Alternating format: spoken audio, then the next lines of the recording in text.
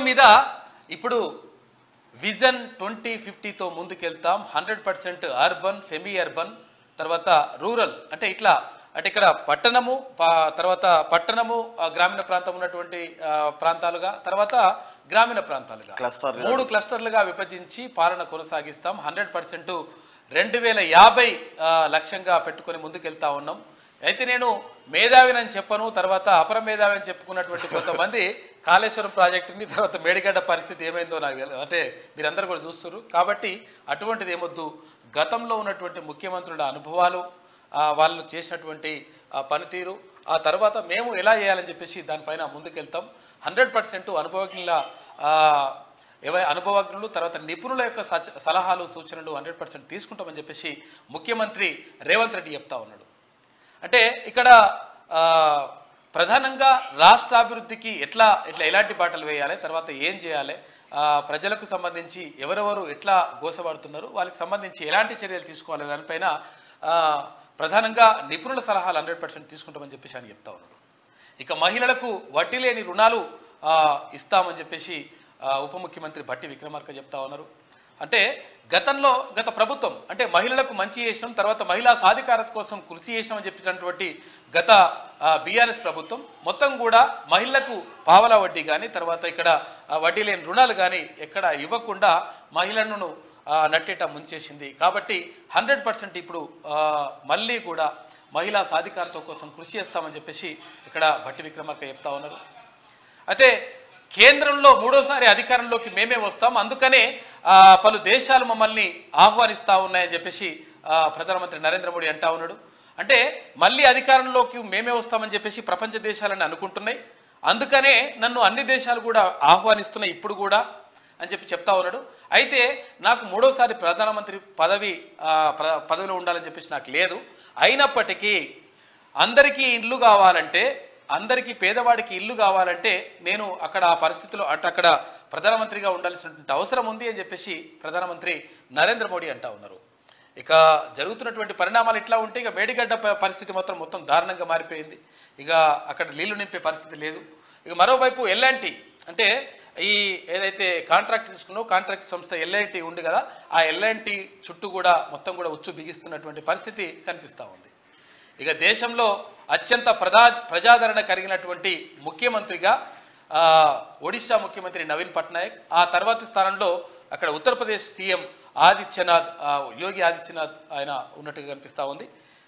అంటే times now వాళ్ళు సర్వేలో mood of the nation survey లేదండి. ఇక నవీన్ పట్నాయక్ సింపుల్ సిటీగా ఉంటాడు కదన్న, చాలా సాదా సీదా మనిషి కాబట్టి ఒకసారి మేడారం జాతర గురించి చెప్పుకోవాలి. 21 తారీఖు నుంచి అంటే ఎల్లుండి నుంచి మేడారం జాతర, అంటే ఇక్కడ చిలకలగుట్ట నుంచి మేడారం సమ్మక్క సారక్క గద్దెల వరకు వెళ్ళని తీసుకొస్తారు, దేవతలను తీసుకొచ్చేసి ఒక తంతు ఉంటుంది కాబట్టి మేడారం జాతరకు భారీగా భక్తులు వస్తూ ఉన్నారంట.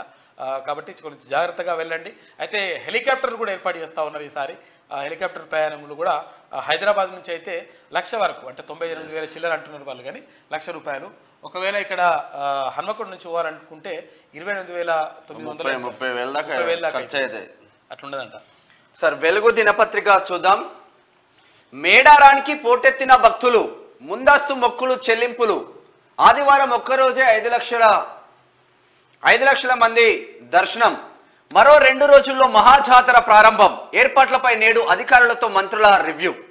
మేడారం జాతరకు భక్తులు పోటెత్తుతున్నారు. ఆదివారం ఒక్కరోజే 5 లక్షల మంది గద్దెలను దర్శించుకొని మొక్కులు చెల్లించుకున్నారు. ఈ నెల 21 నుంచి 4 రోజుల పాటు సమ్మక్క సారలమ్మ మహాజాతర జరగనుంది. ప్రారంభానికి ఇంకా 2 రోజులే ఉండడంతో లక్షలాది మంది భక్తులు మేడారానికి తరలి వస్తున్నారు. ఊరట్టం, తాడ్వాయి, నార్లాపూర్ పార్కింగ్ స్థలాలన్నీ వెహికల్స్ తో నిండిపోయాయి. ఆర్టీసీ కూడా స్పెషల్ బస్సులు నడిపిస్తున్నది. 1000 మంది పోలీసులు ట్రాఫిక్ సమస్య తలెత్తకుండా చూసుకుంటున్నారు. ఆదివారం పెద్ద సంఖ్యలో భక్తులు రావడంతో గద్దెల వరకు అనుమతించలేదు. అయితే లాస్ట్ టైం ఏం జరిగిందన్న అంటే, నేను ప్రతి 2 years ఒకసారి నేను కూడా చిన్నప్పటి నుంచి పోతా ఉన్నా. విఐపి పాసులు విచ్చలు విడిగిచ్చేది. ఆ విఐపి పాసులు విచ్చలు విడిగిచ్చుడుతో సామాన్య పబ్లిక్ మస్తు ఇబ్బంది అయ్యి విఐపి కూడా ఇక తోసుకునుడు తీసుకునుడు ఇట్లా జరిగేది. సీతక్కను నిన్న మనమే కాంటాక్ట్ కావడం జరిగింది.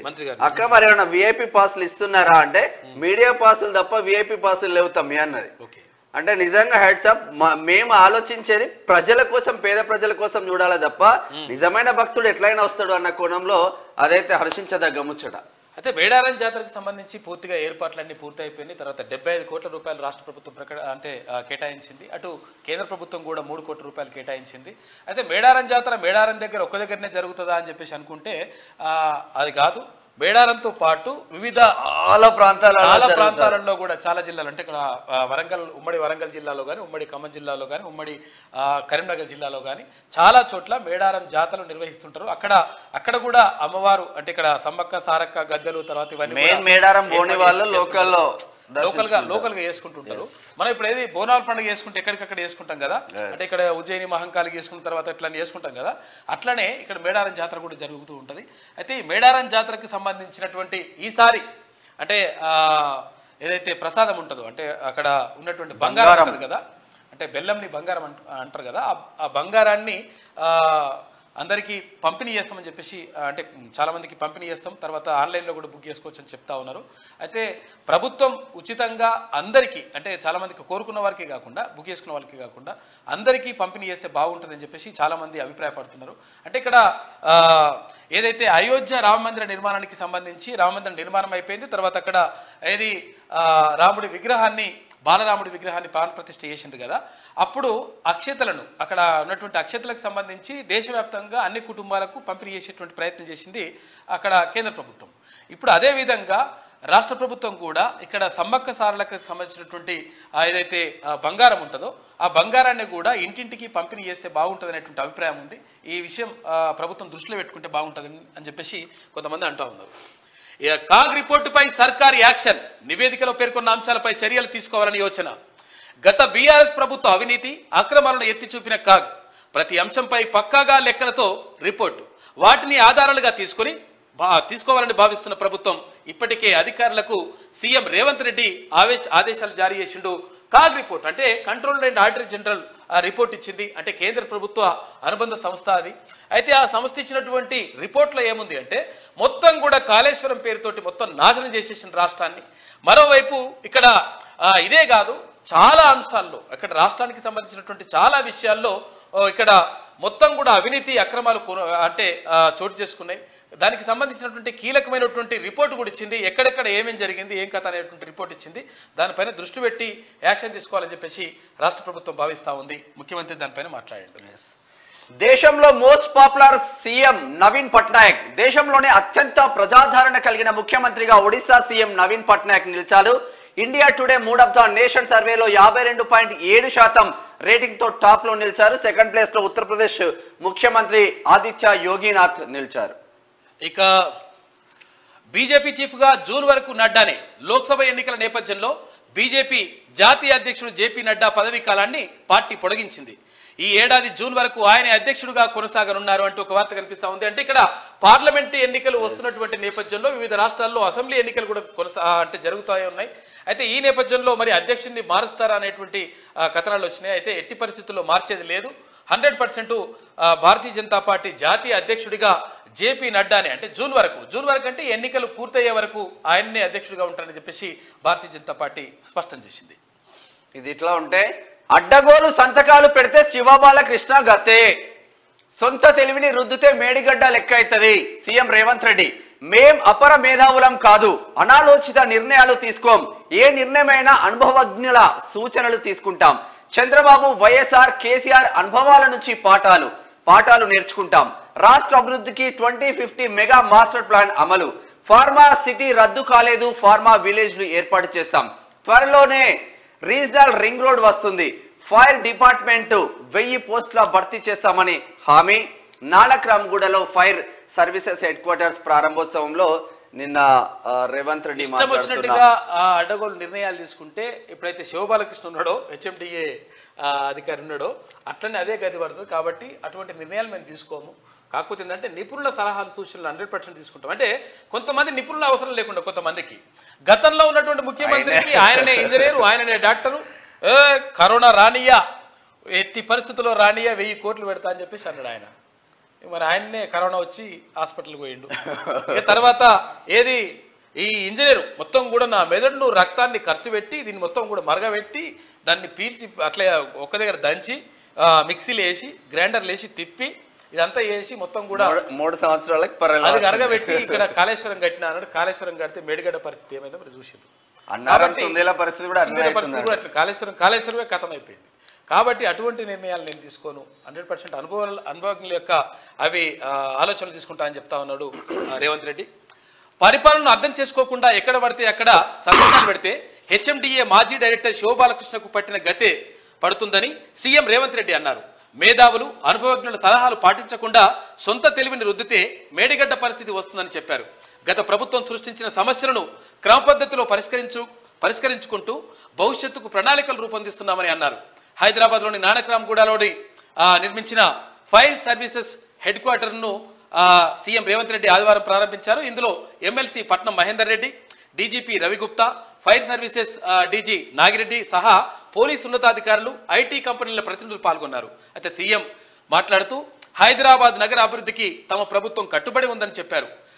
చట్ట పరిధికి లోబడి మాత్రమే అధికారులు పనిచేయాలని ఆయన సూచించారు. చట్టాన్ని ఉల్లంఘించి పనిచేయడం అనేది తన దగ్గర కుదరదని, గత ప్రభుత్వంలో ఎక్కడ పడితే అక్కడ సంతకాలు పెట్టిన శివబాలకృష్ణకు వచ్చిన పరిస్థితిని ఎవరు రానిచ్చుకోవద్దని చెప్పేసి ముఖ్యమంత్రి రేవంత్ రెడ్డి వాళ్ళ క్లియర్గా చెప్పేసి కన్స్ట్రక్షన్ లో ఏమైనా చేయాలనుకుంటే ఆ రంగంలో మేధావుల సలహాలు తీసుకుంటాం. పరిపాలన విషయంలో అధికారుల సూచనలు అడుగుతాం. ఇంకేదైనా నిర్ణయం తీసుకోవాలంటే అనుభవజ్ఞులైన రాజకీయ నాయకుల సలహాలు కోరుతాం. మా అంతలా మేము కూర్చొని మేమే అపర మేధావులమని రుద్దితే మేడిగడ్డలా అవుతుంది. మేం అపర మేధావులం కాదు, సొంత తెలివిని రుద్దదలుచుకోలేదు. అనుభవజ్ఞులతో మాట్లాడి వాళ్ళ సలహాలు సూచనలు తీసుకుంటాం. ఓపెన్ మైండ్ తో ఉంటాం. మాకు ఎలాంటి భేషజాలు లేవు అంటూ ముఖ్యమంత్రి రేవంత్ రెడ్డి మాకు ఎటువంటి భేషజాలు లేవు, నేను ముఖ్యమంత్రిని లేకపోతే నాకే మొత్తం తెలుసు అనేటువంటి ఫీలింగ్ లో గతంలో ఉన్నారు కొంతమంది. కాక అదే ఉండే పరిస్థితి. కానీ అటువంటి పరిస్థితి ఏం అవసరం లేదు. ఎక్కడ అంటే ఒక్కొక్క రంగంలో ఒక్కొక్కరు కొంతమంది నిపుణులు ఉంటారు, కొంతమంది నిష్ణాతులు ఉంటారు, కొంతమంది అధ్యయనం చేసిన వాళ్ళు ఉంటారు, కొంతమంది దానిపైన పరిశోధన చేసి దానిపైన పూర్తిగా అవగాహన ఉన్న వాళ్ళు ఉంటారు. వాళ్ళతో మాట్లాడి వాళ్ళ అనుభవాలను మేము 100% తీసుకుంటామని చెప్పేసి ముఖ్యమంత్రి చెప్తారు. ఇది కావాల్సింది కదా, కావాలి. India golden history badminton Asia team championship లో ఇండియా విమెన్స్ టీం కొత్త చరిత్ర సృష్టించింది. తొలిసారి గోల్డ్ మెడల్ సాధించింది. ఆదివారం హోరాహోరీగా జరిగిన ఫైనల్లో ఇండియా 3-2తో థాయిలాండ్ ను ఓడించింది. ఫస్ట్ టైం అంట ఏసియాలో ఛాంపియన్షిప్ రావడం ఇండియాకి. సాగు ఎంత, పడావు ఎంత? రైతు భరోసా కోసం లెక్కలు తీస్తున్న వ్యవసాయ శాఖ. గత ప్రభుత్వంలో పడావు భూములకు సాయం, ఇప్పుడు పడావు భూములకు ఆపేస్తే ఏటా 3,750 కోట్లు స్వాహా. అయితే పడవడ్డ భూములు ఏవైతే ఉంటాయో, ఏవైతే దున్నుడు ఏం లేకుండా గుట్టలు చెట్లు ఇటువంటి భూములకు రైతు బంధు ఇచ్చేసి మొత్తం కూడా సోమేష్ కుమార్ తీసుకోవాలి. అయితే ఇక్కడ 1,000 కోట్ల ఎకరాల భూములు ఉన్నటువంటి 100 కోట్ల ఎకరాల భూములు ఉన్నటువంటి భూస్వాములకు మంచి జరిగింది. కానీ నిజంగా జరగాల్సింది ఎవరికి అంటే రైతుకు జరగాలి. ఆ రైతు అంటే ఎవరు అంటే ఇక్కడ కౌలు రైతే అవుతాడు. తర్వాత ఎవరైతే పంట సాగు చేసి భూమిని సాగు చేసి తర్వాత అక్కడ నుంచి పంట తీస్తారో, మట్టి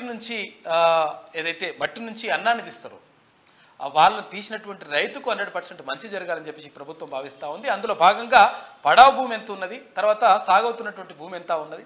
సాగవుతున్న భూమికి మాత్రమే రైతు బంధు ఇచ్చినట్లయితే 3,750 కోట్ల రూపాయలు ఆదా అవుతుంది. ఆ ఆదా అయినటువంటి పైసల్ని వేరే పథకాలకు అంటే అవి ఇవ్వచ్చు. అందుకని చెప్పేసి దానిపైన ప్రభుత్వం ఆలోచిస్తూ ఉందంట. చూడాలి మరి. ఇది ఇట్లా ఉంటే ఇక చూడు కథ. ఎల్ఎన్టీ చుట్టూ బిగుస్తున్న ఉచ్చు. మేడిగడ్డ బ్యారేజ్ నిర్మాణంలో సంస్థ నిర్లక్ష్యం. మొదటి నుంచి రిపేర్లు చేసేందుకు ససేమీరా. బ్యారేజ్ కుంగినప్పుడు రిపేర్లు చేస్తామని ప్రకటన, తర్వాత మాట తప్పించుకునే ప్రయత్నం. రెవెన్యూ రికవరీ యాక్ట్ ప్రయోగిస్తామని, కంపెనీని బ్లాక్ లిస్ట్ లో పెడతామని ప్రభుత్వం హెచ్చరిక. ఎల్ఎన్టీకి వస్తుంది కథ ఇప్పుడు. ఎందుకంటే ఫస్ట్ ఏప్రిల్ కదా, అదే చేస్తుంది అంటే చైర్మన్ వాళ్ళ చేతులు ఎత్తేసి మా పని అయిపోయింది, టైం అయిపోయిందని చెప్పారు. ఇప్పుడు కాళేశ్వరం ప్రాజెక్టులోని మేడిగడ్డ బ్యారేజీ నిర్మాణంలో నిర్లక్ష్యంగా వ్యవహరించడంతో పాటు రిపేర్లు చేయకుండా తప్పించుకోవాలని చూస్తున్న ఎల్ఎన్టీ సంస్థ చుట్టూ ఉచ్చు బిగిస్తున్నది. 2019లోనే బ్యారేజీ దెబ్బతిన్నప్పటికీ ఆ రిపేర్లు చేయకుండానే అప్పనంగా బిల్లులు పొందిన ఎల్ఎన్టీపై ప్రభుత్వం ఫోకస్ పెట్టింది. కుంగిన మేడిగడ్డ బ్యారేజీని పునరుద్ధరించకుంటే కంపెనీని బ్లాక్ లిస్ట్లో పెట్టాలని భావిస్తున్నది. అంతేకాకుండా ప్రభుత్వం నుంచి ఎల్ఎన్టీ పొందిన బిల్లులను రికవరీ చేయడానికి రెవెన్యూ రికవరీ యాక్ట్ కూడా ప్రయోగిస్తామని హెచ్చరించింది. కాగా మేడిగడ్డపై national dam safety authority team ఇచ్చే నివేదిక ఆధారంగా ప్రాజెక్ట్ ఇంజనీర్లతో పాటు ఎల్ఎన్టీపై చర్యలు తీసుకునేందుకు ప్రభుత్వం సిద్ధమవుతా ఉంది. కంపల్సరీ తీసుకోవాల్సింది. ఇంట్లో ఒకవేళ ఎల్ఎన్టీ దగ్గర కమిషన్లు కొట్టి పరిశాన్ చేసి అటు ఇటు చేస్తే ఇప్పుడు ఎల్ఎన్టీ నష్టపోయే పరిస్థితిలో వచ్చేసింది. ఎందుకనంటే అసలు యాక్చువల్గా నిజంగా దీన్ని రిపేర్ చేయాల్సినటువంటి అవసరం ఉంటుంది. అయితే అక్కడ 2019లోనే అక్కడ నిపుణులు సూచించిండ్రంట, అరే 100% రిపేర్ చేయాలి భయ్, ఇదంతా మొత్తం పగిలిపోయింది, మొత్తం నాశనం అయిపోతా ఉంది, ఇదంతా కూడా కుంగిపోతుంది అని చెప్పేసి ఫస్టే నిపుణులు చెప్పినా కానీ కనీసం అప్పుడు ఉన్నటువంటి ప్రభుత్వం కానీ తర్వాత అప్పుడు ఉన్నటువంటి మంత్రి హరీష్ రావు ఊకే అంటున్నాడు కదా, నేను అట్లా ఇట్లా అంటున్నావు కదా, అప్పుడు మరి కనీసం దాని గురించి పట్టించుకున్నటువంటి పరిస్థితి. అయితే మంత్రి హరీష్ రావు ఆధ్వర్యంలోనే, మాజీ మంత్రి హరీష్ రావు ఆధ్వర్యంలోనే ఇదంతా కూడా కొనసాగింది. ఏది భారీ నీటిపారుదల శాఖ మంత్రిగా ఉండే, ఆ తర్వాత నీటిపారుదల శాఖ ఉడవెక్కిండ్రు, పక్కకు పెట్టేసిన తర్వాత విషయం కానీ అందులో కావాల్సినంత చేసిండు అనేటువంటి ఆరోపణలు కూడా ఉన్నాయి.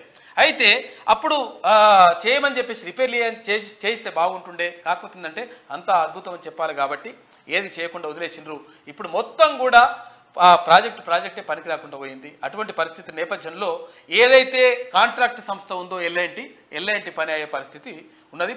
పైసలు కూడా రికవరీ చేస్తారట. ఇట్లా ఉంటే ఎన్డీఏకు 400, బీజేపీకి 370, ప్రధానిగా మళ్ళీ నేనే 370 సీట్లు వస్తాయంట. బీజేపీ నేషనల్ కన్వెన్షన్ లో నరేంద్ర మోడీ ధీమా, కాంగ్రెస్ పై ప్రజలకు నమ్మకం పోయింది, మమ్మల్ని ఆ పార్టీ ఎదుర్కోలేదు, అందుకే నాపై లేనిపోని ఆరోపణలు చేస్తున్నది, బీజేపీదే మళ్ళీ అధికారం, డౌట్ అక్కర్లేదని వ్యాఖ్యలు చేస్తా ఉన్నారు. అంటే ఎన్డీఏ కూటమికి 400 సీట్లు, తర్వాత భారతీయ జనతా పార్టీకి సొంతంగా 370 సీట్లు. అయితే ఈ 370 సీట్లు అంటే ఎందుకనంటే అక్కడ మేము ఒక వ్యక్తికి అంటే 370 రద్దు కోసం ఆయన మొత్తం కూడా పోరాటం చేసిండు, జీవితాన్ని త్యాగం చేసిండు ఆయన. అందుకనే ఈ 370 అనేటువంటి సెంటిమెంట్ అని చెప్తా ఉన్నారు ప్రధానమంత్రి నరేంద్ర మోడీ. 100% 370 సీట్లు భారతీయ జనతా పార్టీకి వస్తాయి, మళ్ళీ మేము అధికారంలోకి వస్తాం. కాబట్టి చాలా దేశాలు, ప్రపంచంలోని చాలా దేశాలు కూడా నన్ను ఆహ్వానిస్తూ ఉన్నాయి. ఆహ్వానించడానికి కారణం ఏంటంటే మళ్ళీ మేమే అధికారంలోకి వస్తాం కాబట్టి ఆ దేశాలకు మన దేశంతో అవసరం ఉంటుంది కాబట్టి అందుకనే నన్ను పిలుస్తున్నారని చెప్పేసి ప్రధానమంత్రి నరేంద్ర మోడీ చెప్తా ఉన్నారు. ఎస్ఎఫ్సి చైర్మన్ గా సిరిసిల్ల రాజయ్య బాధ్యతలు, నా విధులను సమర్థవంతంగా నిర్వహిస్తా. రాజయ్య వరంగల్ నుంచి లేనట్టే అయిపోయింది, వరంగల్ ఎంపీ నుంచి తప్పుకున్నట్టు. స్థానిక సంస్థలను గత సర్కార్ తీవ్ర ఇబ్బందులు పెట్టిందని fire. State finance commission chairman గా సిరిసిల్ల రాజయ్య బాధ్యతలు స్వీకరించారు. ఆదివారం హైదరాబాద్ ఎర్రమంజిల్లోని ఎస్ఎఫ్సి ఆఫీసులో రాజయ్యతో పాటు సభ్యులు రమేష్, సుధీర్ రెడ్డి, నెహ్రూ నాయక్ బాధ్యతలు చేపట్టారు. SFC member secretary Smita Sabharwal ఈ కార్యక్రమంలో పాల్గొన్నారు. అంటూ నిజంగా మాజీ అంటే ఎంపీగా వరంగల్ ఎంపీగా ఉన్నారు.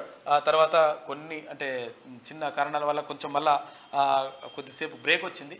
అయితే మళ్ళీ ఆయన ఇప్పుడు వరంగల్ నుంచి ఎంపీగా పోటీ చేస్తారనేటువంటి ప్రచారం కూడా జరిగింది. ఆయన కూడా దానికి సన్నాహాలు చేసుకున్నాడు. అయితే ఏదేమైనప్పటికీ అక్కడ కాంగ్రెస్ పార్టీ అధిష్టానం ఒక నిర్ణయం తీసుకున్నది, ఆయనకు ఫైనాన్స్ కమిషన్ చైర్మన్ గా ఆయనకు బాధ్యతలు అప్పగింది. పేరొచ్చే పనులకు కేటీఆర్, తిట్లొచ్చే వాటికి హరీష్. అధికారంలో ఉన్నన్ని రోజులు అన్నిట్లా కేటీఆర్ హవా, పాలన మారిపోగానే ముందటికి హరీష్. అసెంబ్లీ సెషన్ లో కార్నర్ అయిన బావ, ప్రేక్షక పాత్రలో బావమార్ది. నెగటివ్ విషయాల్లో కావాలని హరీష్ ను ముందుకు నెడుతున్నారని టాక్ నడుచుకో. మంచి జరిగితే నేనే చేసిన అంటాడు, చెడు జరిగితే ఆయన చేసిన అంటాడట. అటువంటి పరిస్థితి వస్తుంది హరీష్ రావు గారికి అంటూ ఒక కథనం వేసింది. జిహెచ్ఎంసీ ఎలక్షన్ల నుంచి స్టార్ట్ చేసింది ఇది. 150 కంటే 100 సీట్లు మా కేటీఆర్ గెలిపిస్తాడంటే బొక్క బోర్ల పట్టడప్పుడు. బీఆర్ఎస్ పార్టీలో కేసీఆర్ తర్వాత లీడర్ ఎవరని అడిగితే ఎవరైనా మరో ఆలోచన లేకుండా కేటీఆర్ అని చెప్పేస్తారు. బీఆర్ఎస్ హయాంలో సీఎం చైర్లో కూర్చోలేదు కానీ అన్ని డిపార్ట్మెంట్లను ఆయనే ఓ సీఎం లెక్క హ్యాండిల్ చేస్తారన్న వాదనలు ఉన్నాయి. అయితే కానీ ఇప్పుడు అధికారం పోయేసరికి కేటీఆర్ను సైలెంట్ చేసి హరీష్ను ముందుకు తోసేశారన్న చర్చ జరుగుతుంది. ఇక పేరొచ్చే పనుల్లో కేటీఆర్ను, తిట్టొచ్చే వాటికేమో హరీష్ రావును ముందుకు తెస్తున్నారని బీఆర్ఎస్ నేతలు చెప్పుకుంటున్నారు. అందుకు మొన్నటి అసెంబ్లీ సమావేశాలు, గతంలో ఉప ఎన్నికల సమయంలో అప్పగించిన బాధ్యతలను ఉదాహరిస్తున్నారు. అయితే అసెంబ్లీ సమావేశాలు జరిగినన్ని రోజులు హరీష్ ఒక్కడే బీఆర్ఎస్ తరఫున అన్నింటినీ హ్యాండిల్ చేయాల్సి వచ్చింది. పేరు వస్తేనేమో ఆయన కట్ట మరి లాస్ట్ టైం కూడా 150 డివిజన్లు ఉంటే ఉమ్మడి మెదక్లో అంటే ఇప్పుడు సంగారెడ్డి జిల్లాలో 3 డివిజన్లు ఉంటాయి. పటాన్ చెరువు, ఆర్సీపురం, ఇక్కడ భారతీ నగర్. ఆ 3 డివిజన్లకు ఈయనను పరిమితం చేసిండు. మొత్తం ఇక ఈయన తిరిగిండి హైదరాబాద్ అంతా. అట్లా అది ఉందంట మరి. సరే ఇక వాళ్ళ బావబొమ్మల కథ ఇప్పుడు ఏంటంటే వాళ్ళు కొట్లాడుకున్నట్టు చేస్తారు, మంచిగానే ఉంటారు, అంత మంచిగా వేరే ఉంటుంది. వాళ్ళ గురించి ప్రత్యేకంగా ఆలోచించు ఇక అసలు అయిపోయి అట్లా ఏం సీఎం కావాలి, మంచిగా ఉంటారు. అందరికీ సీఎంఏ కావాలని ఉన్నది. ఒకవేళ కాక కనుక కొంచెం అటు ఇటు తప్పుకుంటే ఇక అది వేరే ఉంటుంది కథ. తొంటి బొక్క మళ్ళా. మేడిగడ్డ పనులకు బ్రేక్, బ్యారేజ్ కి చేరుకున్న అన్నారం నీళ్లు. 6, 7, 8 బ్లాక్ల వైపు పెరుగుతున్న సీపేజీలు. ఫౌండేషన్ టెస్టింగ్ పనులు నిలిపివేస్తున్నట్లు ఇంజనీర్ల ప్రకటన. మోటార్లు, వెహికల్స్ ను పైకి తెచ్చిన కాంట్రాక్ట్ సంస్థ. ఇక చూడు కథ ఏడికి వచ్చిందో. లీకేజీల కారణంగా గేట్లు ఎత్తి విడుదల చేసిన అన్నారం బ్యారేజీ నీళ్లు ఆదివారం మేడిగడ్డ బ్యారేజీకి చేరుకున్నాయి. అవి బ్యారేజీ కుంగిన చోట ఉన్న 6, 7 బ్లాక్ పిల్లర్లను చుట్టుముట్టాయి. దీంతో బ్యారేజీ ఫౌండేషన్ టెస్టింగ్ పనులకు కూడా బ్రేక్ పడ్డదంట. చూసుకో, ఇదే మాదేపూర్ దగ్గర తిన్మార్ మల్లన్న వెళ్తా ఉంటే ఇన్ని అరెస్ట్ చేసి బయటికి మళ్ళీ తీసుకొచ్చిండ్రు. మరి ఎందుకు యూపీఎల్ఏ కాళేశ్వరం బ్రహ్మాండంగా ఉంటే టీం అంతా కలిసి తర్వాత అక్కడికి వెళ్తా ఉంటే మల్లనని తర్వాత మమ్మల్ని అందరినీ కూడా మాదేపూర్ పోలీస్ స్టేషన్ లో అరెస్ట్ చేసి అక్కడ పెట్టేసిండ్రు. అంటే నిజంగా ప్రపంచంలో అద్భుతం, మంచిగా చేసినాం, సూపర్ చేసినాం, ఆహా ఓహో చెప్పినప్పుడు నిజంగా మరి ఎందుకు ఒకవేళ కాళేశ్వరం ప్రాజెక్ట్ ని సందర్శిస్తా అంటే ఎందుకు భయపడ్డదంటే చుచ్చు పడ్డది ఒక రకంగా చెప్పాలంటే ప్రభుత్వానికి గతంలో.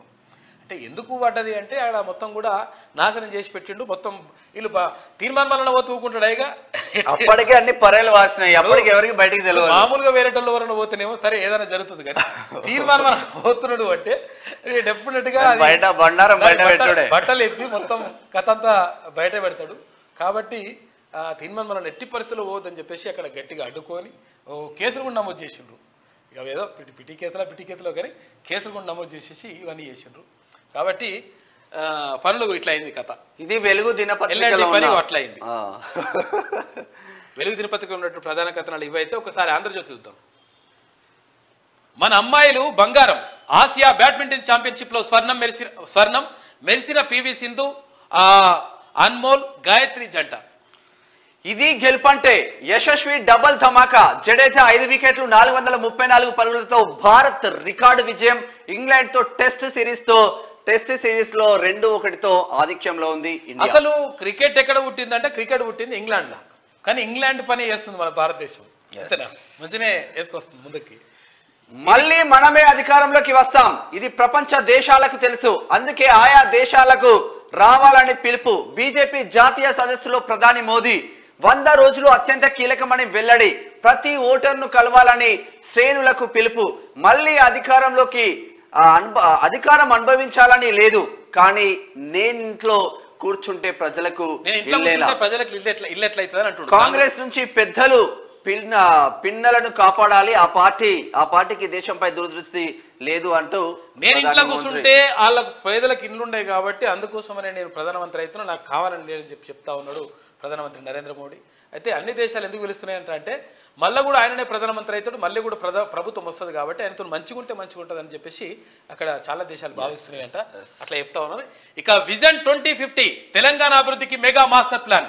అర్బన్, సెమీ అర్బన్, రూరల్ విభాగాలుగా ముందుకు. హైదరాబాద్ అభివృద్ధికి బాబు, వైఎస్, కేసీఆర్ కృషి. ఆ సాంప్రదాయం కొనసాగిస్తూనే మరింత ఉన్నతంగా. మేం స్వయం ప్రకటిత మేధావులం కాదు, అలా వ్యవహరిస్తే అది మేడిగడ్డ బ్యారేజీ చందమే అవుతుంది. ఫార్మా సిటీ కాదు, ఫార్మా విలేజ్లు నిర్మిస్తాం. పాలనను అర్థం చేసుకోవడానికి కొంత టైం కావాలి. సొంత పనుల కోసమైతే నన్నెవరు కలవద్దు అని చెప్పేసి ముఖ్యమంత్రి రేవంత్ రెడ్డి గారు అంటా ఉన్నారు. ఇక నానక్రామ్గూడలో state fire services head quarter భవనాన్ని ప్రారంభించిన ముఖ్యమంత్రి అంటూ ఒక వార్త కనిపిస్తూ ఉంది. 100% ఇక్కడ విజన్ 2050 ద్వారా ముందుకెళ్తాం, తర్వాత అర్బన్, సెమీ అర్బన్, తర్వాత రూరల్ ఇట్లా విభజించి ముందుకెళ్తామని చెప్పి చెప్తా ఉన్నాడు ఆయన. అనుభవజ్ఞులను అయితే తీసుకొని మేము ముందుకెళ్తాం, మా ఓన్ తెలివితో అయితే ఇట్లా ఈ కాన్సెప్ట్తో ఇక నేనే చీఫ్ ఇంజనీర్, నేనే నీళ్ళ శాఖ, నేనే ఆ శాఖ అన్న కోణంలో అయితే లేదు అన్న కోణంలో మాత్రం వినిపిస్తూ ఉంది. అయితే మొత్తం మీద నేనని చెప్పి చెప్పుకోవడం కాదు, కాకపోతే ఏంటంటే నేను అనుభవజ్ఞుల యొక్క వాళ్ళకి తీసుకుంటా. నేను తీసుకొని ఇక ఒకవేళ ఎక్కడ వారి దగ్గరనే సంతకాలు పెట్టిన అనుకో నేను కూడా శివబాలకృష్ణ లాగా అవుతుంది. శివబాలకృష్ణ లెక్కనే అవుతుంది అని చెప్పేసి ముఖ్యమంత్రి చెప్తా ఉన్నాడు.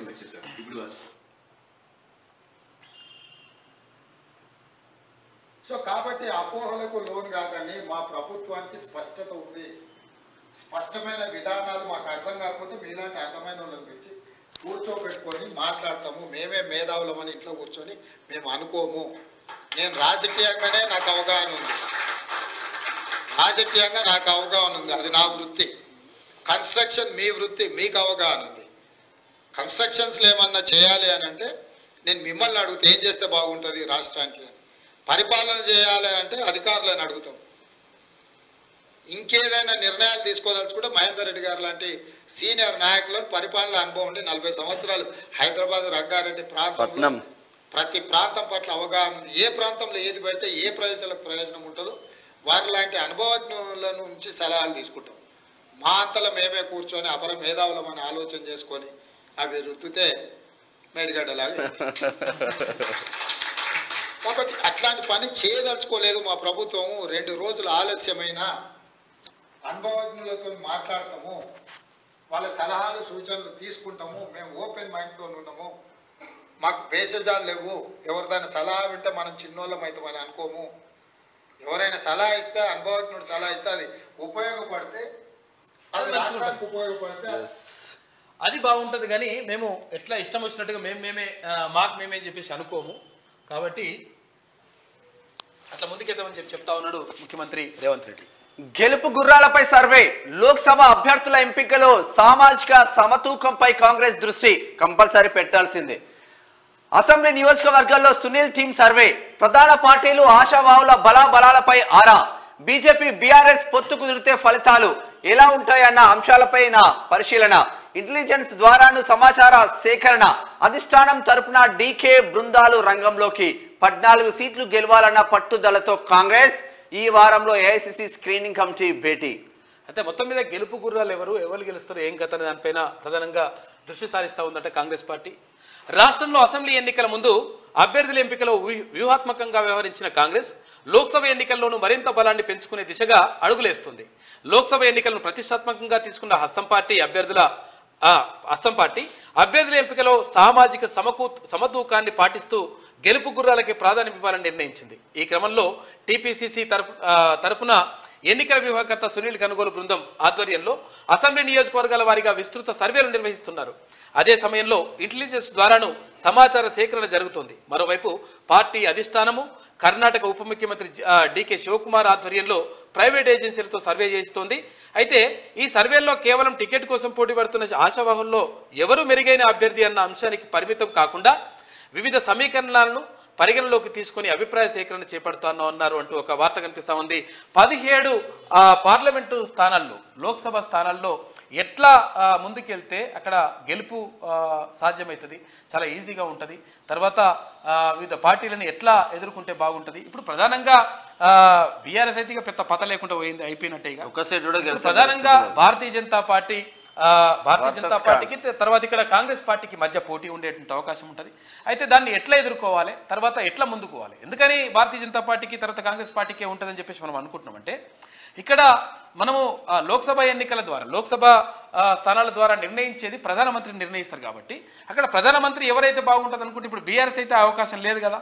నువ్వు 17 ఒకవేళ బీఆర్ఎస్కి అప్ప చెప్పినా కానీ ఎక్కడ అవకాశం లేదు. కాబట్టి బీఆర్ఎస్కి అటువంటి పరిస్థితి ఉండదు. కాబట్టి ఇప్పుడు ప్రధానంగా భారతీయ జనతా పార్టీ తర్వాత కాంగ్రెస్ మధ్యనే పోటీ ఉండేటువంటి అవకాశం ఉంటుంది.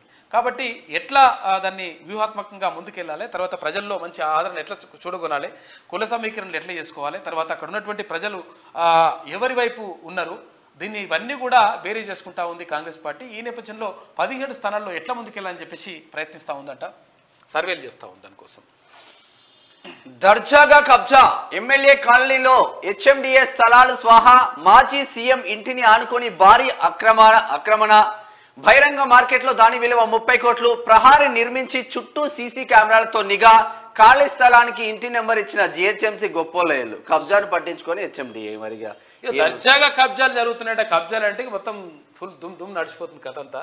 అయితే గత ప్రభుత్వం మొత్తం కూడా ఒక మంత్రి కనుసన్నల్లో ఇవన్నీ కూడా జరిగినటువంటి ఆరోపణలు ఉన్నాయి. ఇక మంత్రి ఎవరంటే ఒక మంత్రి ఏం కాదు, అందరూ అట్లానే ఉన్నారు చాలానే ఉండే. maximum. అందులో ప్రధానంగా కేటీఆర్ దీనికి అంతా కూడా చేసినటువంటి ఆరోపణలు ఉన్నాయి. అయితే అదంతా కూడా దర్జాగా కబ్జా చేసుకోవడానికి మొత్తం కూడా గతంలో అధికారులు కూడా కొంతమంది అవకాశం ఇచ్చిండ్రంట. దానిపైన మరి చూడాలి ఎట్లుంటుంది కథ ఇదంతా. అంతరిక్షంలోకి అణ్వాయుధం, ఆ దిశగా అడుగులు వేస్తున్న రష్యా. కక్షలోకి పంపి అవసరమైనప్పుడు ప్రయోగం, పేల్చితే ఐఎస్ఎస్ కూడా ధ్వంసమే. అణుశక్తి ఇంధనంగా రాడార్ జామర్లు, శత్రుదేశ ఉపగ్రహాల సమూహాన్ని ఒకేసారి ఎదుర్కొనే సరికొత్త మిలిటరీ వ్యూహం. అమెరికా ఎంపీ వెల్లడి నేపథ్యంలో తీవ్ర చర్చ జరుగుతూ ఉంది. ఇదంతా ఉక్రెయిన్కు సాయం కోసం అమెరికా చేస్తున్న కుట్రే అని చెప్పేసి రష్యా ఆరోపిస్తూ ఉంది. అయితే మొత్తం మీద అంతరిక్షంలోకి, భూమి మీద నుంచి యుద్ధం చేస్తుండడం కాకుండా అంతరిక్షంలో అణ్వాయుధాలను పెట్టి ఎప్పుడైనా ఒక రెండు నకరాలు చేస్తే తీసుకుపోయి ధన్మని ఇట్లా వేసి పడేసే పరిస్థితి చేయడానికి ఒక రష్యా ప్రయత్నిస్తుంది అని చెప్పేసి అక్కడ అమెరికాకు చెందినటువంటి ఒక మంత్రి అంటా ఉన్నాడంట. అయితే మొత్తం మీద మరి అటువంటిది జరిగితే మాత్రం చాలా ప్రమాదం. ఎందుకంటే మానవాళి మనుగడకి ప్రమాదకరంగా మారుతుంది. ఎందుకంటే ఏదైనా టెక్నాలజీ ఉపయోగపడాలంటే, ఎందుకు ఉపయోగపడాలంటే అది అభివృద్ధికి ఉపయోగపడాలి, ఏదైనా మనిషికి మంచి చేసే విధంగా ఉండాలి, జీవకోటిని రక్షించే విధంగా ఉండాలి, కానీ మొత్తం విధ్వంసం చేసే విధంగా ఉండకూడదు. అయితే ఇటువంటి ఆలోచన ఉంటే మాత్రం అది కరెక్ట్ కాదు. ఏ దేశమైనా కానీ అటువంటి ఆలోచన ఉంటే దాన్ని మానుకుంటే మంచిది. వైద్య శాఖ అధికారులపై ఏసీబీ నజర్, అవినీతిపై పెద్ద ఎత్తున ఫిర్యాదుల ఫలితమే సుదీర్ఘంగా ఒకే చోట పాతుకుపోయిన అధికారులపైనే ఎక్కువ.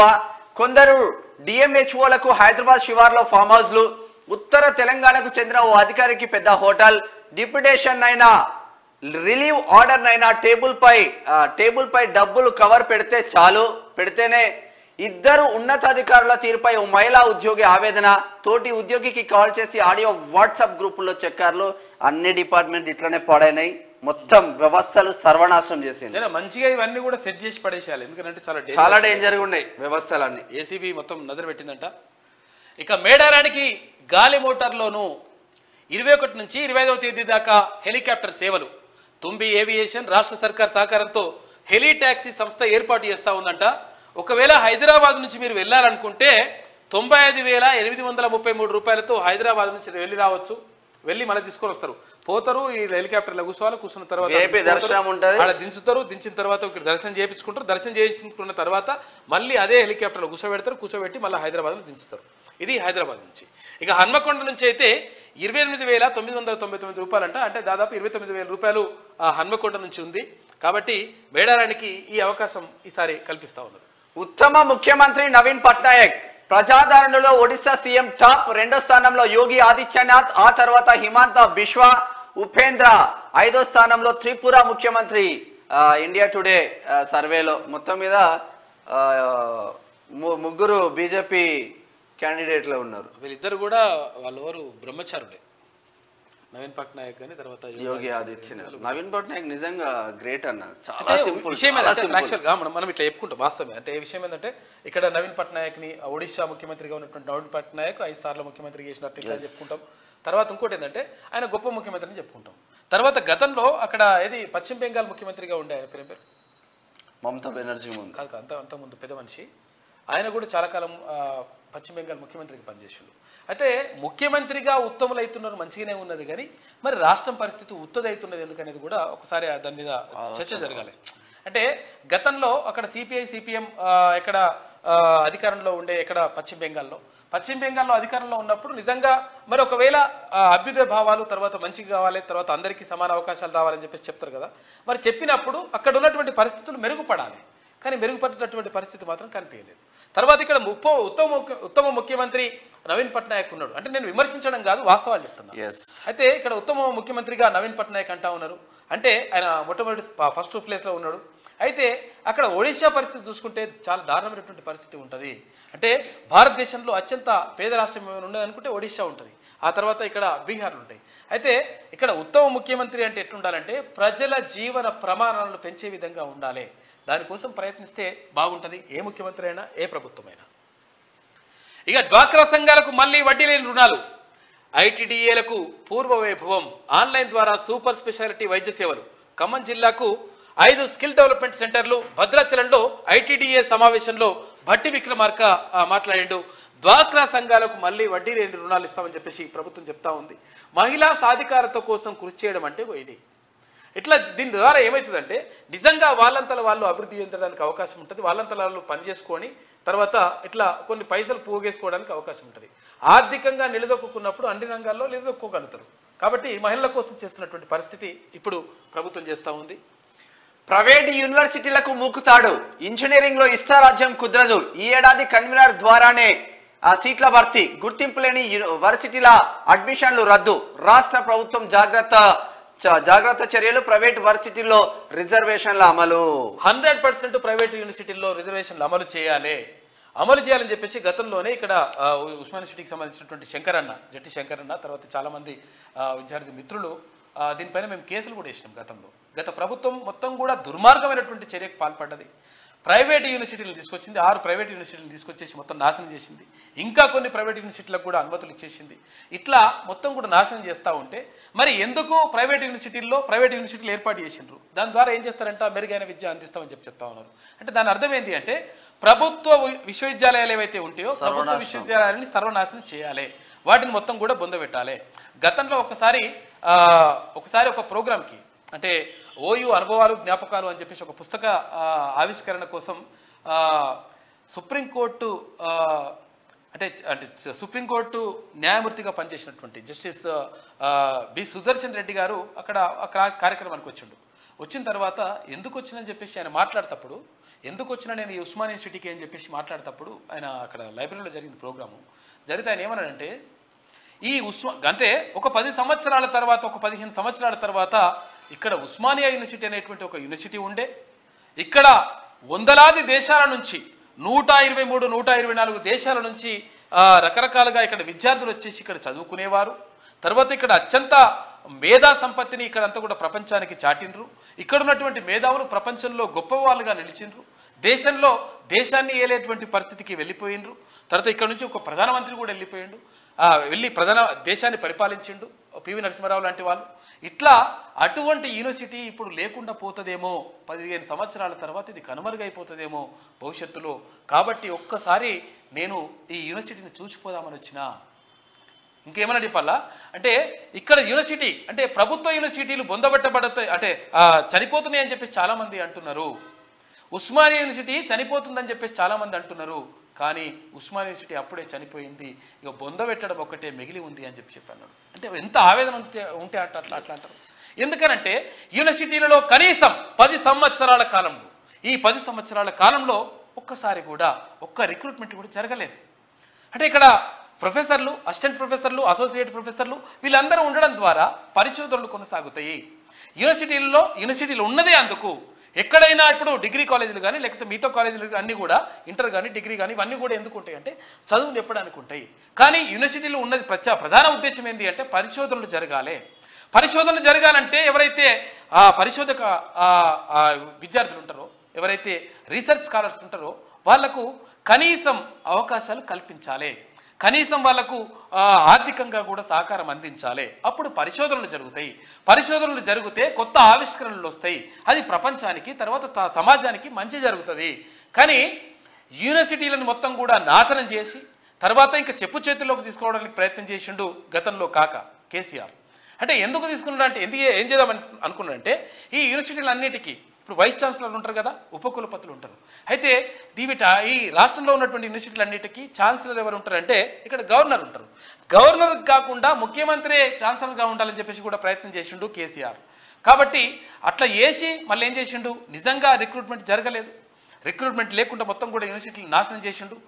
1980 సంవత్సరంలో 1600 మంది ప్రొఫెసర్లతో తులతూగినటువంటి ఉస్మానియా విశ్వవిద్యాలయం ఇప్పుడు 372 మంది ప్రొఫెసర్లు, అసిస్టెంట్ ప్రొఫెసర్లు, అసోసియేట్ ప్రొఫెసర్లతోటి మొత్తం కూడా తగ్గిపోయినటువంటి పరిస్థితి. రెగ్యులర్ వాళ్ళకి అంతేమంది ఉన్నారు. కాబట్టి యూనివర్సిటీలను బలోపేతం చేయాల్సినటువంటి బాధ్యత ప్రభుత్వం పైన ఉంటుంది. అంటే సంక్షేమ ప్రభుత్వాలు ఏం చేయాలి, అంటే ఇక్కడ ఉన్నటువంటి విశ్వవిద్యాలయాన్ని కాపాడుకోవాలి, విద్యా వైద్యానికి కేటాయింపులు జరపాలి, తర్వాత సంక్షేమాన్ని కోరుకోవాలి. కానీ ఏది జరపకుండా గత ప్రభుత్వం నాశనం చేసింది. కాబట్టి ఇప్పుడు ఈ ప్రభుత్వం మంచి చేస్తుందని చెప్పేసి మనము మనస్ఫూర్తిగా కోరుకుంటాము. అయితే ఇది చాలా మంచి పరిణామం. 100% ప్రైవేట్ యూనివర్సిటీల్లో రిజర్వేషన్లు అమలు చేయాలి. ఎందుకంటే వాడు లక్షల కోట్ల పైసలు తీసుకొని, ఎందుకంటే వాళ్ళకి యూనివర్సిటీలకు ఏముంటుందంటే ప్రత్యేక ప్రతిపత్తి ఉంటుంది వాళ్ళకి సొంతంగా, వాళ్ళకు ఉంటుంది కాబట్టి వాడే పరీక్ష రాపిస్తాడు, వాడే రిజల్ట్ ఇస్తాడు, వానికి ఇష్టం వచ్చినట్టు మార్కులు ఇస్తాడు. ఇప్పుడు అదే కానీ ఇప్పుడు అనురాగ్ యూనివర్సిటీ అట్లా మల్లారెడ్డి యూనివర్సిటీ ఇప్పుడు కాబట్టి ఇంకా ఈడ ఏంది గురునానక్ యూనివర్సిటీ రెడీగా ఉన్నది. ఇన్ని యూనివర్సిటీలు కూడా నాశనం చేసింది. కాబట్టి ఇది 100% ముగుతాడేయాల్సిన అవసరం 1000% ఉన్నది. ఇది ఆంధ్రజ్యోతిలో ఉన్న వార్తలు. అయితే ఒకసారి శనార్థి తెలంగాణ దినపత్రిక చూసే ప్రయత్నం చేద్దాం. హ్యాట్రిక్ పక్క, మూడోసారి గెలుపుపై అనుమానం అక్కర్లే, కాంగ్రెస్ కు ఓటు వేస్తే పూడ్చలేని నష్టం, 10 ఏళ్లలో దేశం రూపురేఖలు మారిపోయినాయి, పేదరికం నుంచి బయటపడ్డ 25 కోట్ల మంది. ప్రధాని నరేంద్ర మోడీ నిన్న చేసిన వ్యాఖ్యలు మాత్రం చూసుకుందాం. జైనముని ఆచార్య విద్యాసాగర్ కన్నుమూత, సల్లేఖన ప్రక్రియ ద్వారా ప్రాణత్యాగం. గత 3 రోజులుగా మంచినీరు కూడా ముట్టని జైన సన్యాసి విచారం వ్యక్తం చేసిన ప్రధాని నరేంద్ర మోడీ అంటూ ఒక వార్త కనిపిస్తూ ఉంది. వాళ్ళు సల్లేఖన ప్రక్రియ అంటే ఏంటిదంటే వాళ్ళు నీళ్లు కానీ ఆహారం కానీ ఏది కూడా తీసుకోకుండా అంటే తమను తాము అట్లా చంపుకుంటారు అనమాట. అట్లా వేసి చనిపోయిందంట జైనముని ఆచార్య విద్యాసాగర్. పసుపు బోర్డు నిజామాబాద్ లో ఏర్పాటు చేయాలి, తెలంగాణ ప్రజల చిరకాల వాంఛ పసుపు బోర్డు. ప్రధాని మోదీకి మంత్రి తుమ్మల లేఖ, గెజిట్ విడుదల చేసిన ఎక్కడనే క్లారిటీ లేదు, ఎన్నికల కోడ్ రాకముందే స్పష్టత ఇవ్వాలని మంత్రి చెప్తున్నాము. మంచి నిర్ణయాలు తీసుకుంటా ఉన్నారు మంత్రులు. ఇక్కడ పసుపు బోర్డు నిజామాబాద్ జిల్లాలో ఏర్పాటు చేయాలని తెలంగాణ వ్యవసాయ శాఖ మంత్రి తుమ్మల నాగేశ్వరరావు అన్నారు. ఆదివారం పసుపు బోర్డు ఏర్పాటుపై ప్రధానమంత్రి నరేంద్ర మోడీకి మంత్రి తుమ్మల నాగేశ్వరరావు లేఖ రాశారు. తెలంగాణలో పసుపు బోర్డు ఏర్పాటు రైతుల చిరకాల వాంఛ అని గుర్తు చేశారు. ప్రతి ఏటా రాష్ట్రంలో సాగు విస్తీర్ణం పెరిగిపోతుందని తెలిపారు. అయితే వెంటనే రాష్ట్రంలో పసుపు బోర్డు ఏర్పాటు చేసి రైతులను ఆదుకోవాలని చెప్పేసి ఆయన కోరిండు. అయితే పసుపు బోర్డుకు సంబంధించి నిజంగా కూడా గతంలో అక్కడ నిజామాబాద్ ఎంపీగా ఉన్నటువంటి ధర్మపురి అరవింద్ అన్న దానిపైన పసుపు బోర్డుకు సంబంధించి ప్రయత్నం చేసిండు. తర్వాత నేను పసుపు బోర్డు తెప్పిస్తా అని చెప్పేసి ఒక బాండ్ పేపర్ మీద రాసిచ్చినట్టుగానే కేంద్ర ప్రభుత్వంతో కొట్లాడి 100% పసుపు బోర్డును తీసుకొచ్చిండు. అంతకుముందే తర్వాత ఇంకోటి ఏం బోర్డు ఉంటుందని అదే ఇవి ఉంటాయి కదా చిరుధాన్యాలకు సంబంధించింది. చిరుధాన్యాలు కాదు, ఏమంటాం దీన్ని, సుగంధ ద్రవ్యాలకు సుగంధ ద్రవ్యాలకు సంబంధించి ఆల్రెడీ ఒక బోర్డును ఏర్పాటు చేసిన తర్వాత అది తీసుకొచ్చిన తర్వాత రైతులకు నేను హామీ ఇచ్చిన కాబట్టి పసుపు బోర్డు ఏర్పాటు చేయాలని చెప్పేసి కేంద్ర ప్రభుత్వంతో కొట్లాడి అక్కడ నిజామాబాద్కి పసుపు బోర్డు తీసుకొచ్చిండు. నిజంగా మంచి అంటే ఏదైతే హామీ ఇస్తారో హామీ నెరవేర్చాలి, అట్లా నెరవేర్చిండు ధర్మపురి అరవింద్ అన్న. గెజిట్ విడుదలైనా కూడా క్లారిటీ ఎక్కడ లేదు అంటున్నారు మంత్రి తుమ్మల నాగేశ్వరరావు. ఇది ఇట్లా ఉంటే మేడారం జాతరకు జాతీయ గుర్తింపు ఇవ్వాలి, జాతీయ ఉత్సవానికి కావాల్సిన అర్హతలు మేడారం జాతరకు ఉన్నాయి. రాష్ట్ర మంత్రి సీతక్క వ్యాఖ్యలు. పూర్ణగొండ్లలో పడిగిద్దరాజు దేవాలయంలో పూజలు, పూజారులకు కొత్త బట్టలు, డోలీలు అందజేత మేడారం జాతరకు ఏర్పాట్లు పూర్తి చేసినట్లు వెల్లడి. సీతక్క నిజంగా ఒకవేళ ఇప్పుడు మేడారంలో సమ్మక్క సారక్క ఏదైతే సామాజిక వర్గానికి చెందినవారో అదే సామాజిక వర్గం నుంచి వచ్చినటువంటి ఒక ఆదివాసీ బిడ్డ సీతక్క కూడా అక్కడ కోయ సామాజిక వర్గం నుంచి వచ్చినటువంటి బిడ్డ కాబట్టి ఆమె 100% జాతీయ గుర్తింపు రావాలని చెప్పేసి ఆమె కోరుతా ఉంది.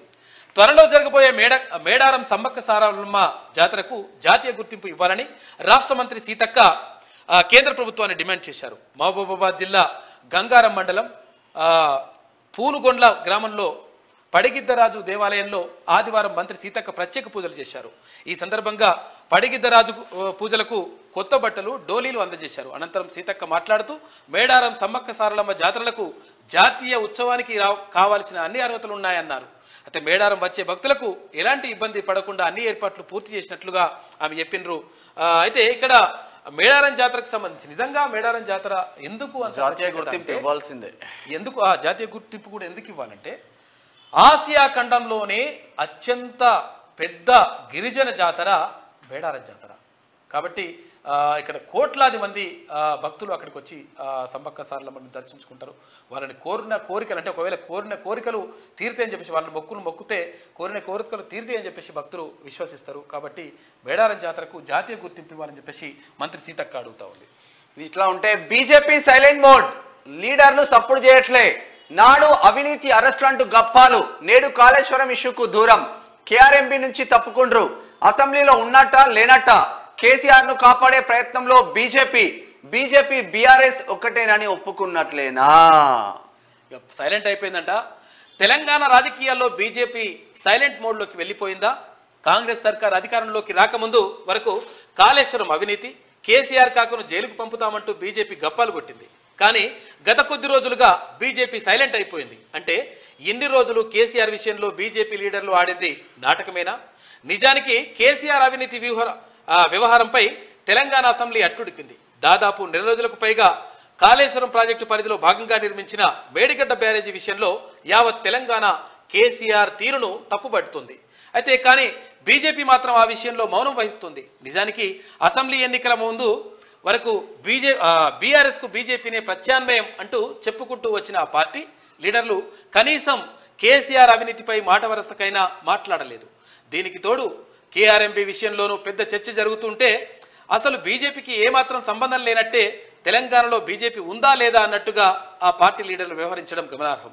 ఇటీవల ముగిసిన తెలంగాణ మధ్యంతర బడ్జెట్ సమావేశాల సందర్భంగా కేఆర్ఎంబీ కాళేశ్వరం ప్రాజెక్టు విషయంలో పెద్ద హంగామా నడిచింది. అయితే కాంగ్రెస్ బీఆర్ఎస్ ఇరు పార్టీలు ఈ రెండు విషయాలపైన పైచేయి సాధించేందుకు ప్రయత్నించాయని చెప్పాలి. అయితే భారతీయ జనతా పార్టీ మాత్రం కనీసం మాట్లాడలేదు. తర్వాత ఇక్కడ ఎందుకు కాళేశ్వరం పైన ఒకళ్ళు చర్చ జరుగుతూ ఉంటే భారతీయ జనతా పార్టీ కూడా ఎందుకు కలుగజేసుకోలేదు? వాళ్ళు 8 మంది ఇక్కడ సభ్యులు ఉన్నారు, ఎమ్మెల్యేలు ఉన్నారు. ఎమ్మెల్యేలు ఉన్నప్పటికీ దానిపైన ఎందుకు గలం విప్పలేదు? తర్వాత కేఆర్ఎంబీకి సంబంధించి కృష్ణా రివర్ మేనేజ్మెంట్ బోర్డుకు సంబంధించి కూడా అక్కడ కృష్ణా జలాలపైన కూడా చర్చ జరుగుతూ ఉంటే దానికి సంబంధించి కూడా మాట్లాడకుండా మౌనం ఎందుకు వహించారనేటువంటి చర్చ ఇప్పుడు రాష్ట్ర వ్యాప్తంగా జరుగుతూ ఉంది. మరి చూడాలి మరి లోపాయకారి ఏమైనా ఉన్నదా అని చెప్పేసి అంటా ఉన్నారు. మహిళా సంఘాలకు వడ్డీ లేని రుణాలు ప్రకటించిన ఉప ముఖ్యమంత్రి బట్టి విక్రమార్క, మహిళలను మహాలక్ష్మిలా చూసుకుంటామని హామీ, హర్షం వ్యక్తం చేస్తున్న మహిళలు. ఇప్పటికే మహిళలకు ఆర్టీసీ ఉచిత ప్రయాణం కల్పిస్తున్న సర్కార్. లోక్సభ ఎన్నికలే టార్గెట్ గా కాంగ్రెస్ అడుగులో ఒక్కొక్క అడుగు ముందుకేసుకుంటూ లోక్సభ ఎన్నికలు మాత్రం సన్నద్ధం అయిపోయింది, గట్టినే అవుతుంది. అయితే మరి భారతీయ జనతా పార్టీ ఒకవేళ నిజంగా అటువంటి ఒప్పందం ప్రెస్ మీట్లకు భారతీయ జనతా పార్టీకి నష్టం జరుగుతుంది. ఇక విజన్ 2050 రీజనల్ రింగ్ రోడ్డును త్వరలో తీసుకొస్తాం, రింగ్ రోడ్డు చుట్టూ ట్రైన్ ఫెసిలిటీ ఏర్పాటు చేస్తామని చెప్పేసి ముఖ్యమంత్రి చెప్తా ఉన్నారు. ఫార్మాసిటీ కట్టలేదని ఆరోపణలు చేస్తున్నారు. 25,000 ఎకరాల్లో ఫార్మాసిటీని కట్టబోతున్నాం, తెలంగాణ సీఎం రేవంత్ రెడ్డి వ్యాఖ్యలు చేసిండు. మాస్టర్ ప్లాన్ చూసిలే ఆధార్లను డియాక్టివేట్ చేస్తుంది, సంక్షేమ పథకాలను ప్రజలకు చేరనీయట్లేదు, కేంద్రంపై బెంగాల్ సీఎం మమతా ఆరోపణలు, ఆధార్ లేకపోయినా ప్రతి లబ్ధిదారునికి పథకాలు అందిస్తామని హామీ. ఏది లేకుండా ఇక మరి అటు బంగ్లాదేశ్ నుంచి వచ్చిన వాళ్ళకు కూడా ఈ తల్లి అందరికీ. కేంద్ర ప్రభుత్వంపై పశ్చిమ బెంగాల్ ముఖ్యమంత్రి మమతా బెనర్జీ సంచలన ఆరోపణలు చేశారు. పశ్చిమ బెంగాల్ ప్రజలకు చెందిన ఆధార్ కార్డులను కేంద్రం డియాక్టివేట్ చేస్తుందని చెప్పేసి ఆమె ఆరోపిస్తా ఉంది. ఇప్పుడు మీరు అన్నది మాజీ ముఖ్యమంత్రి జ్యోతి బసా? జ్యోతి బస్, జ్యోతి బస్ కూడా ఆయన ముఖ్యమంత్రిగా ఉన్నాడు, చాలా 25 ఏళ్ల పాటు ఉన్నాడు. కానీ మరి ఇట్లా ఉంటే నెంబర్ 1 సీఎం, దేశంలో మోస్ట్ పాపులర్ సీఎం గా నవీన్ పట్నాయక్, 2వ స్థానంలో యోగి ఆదిత్యనాథ్, అస్సాం సీఎం హిమంత బిశ్వా శర్మకు 3వ స్థానం. 3వ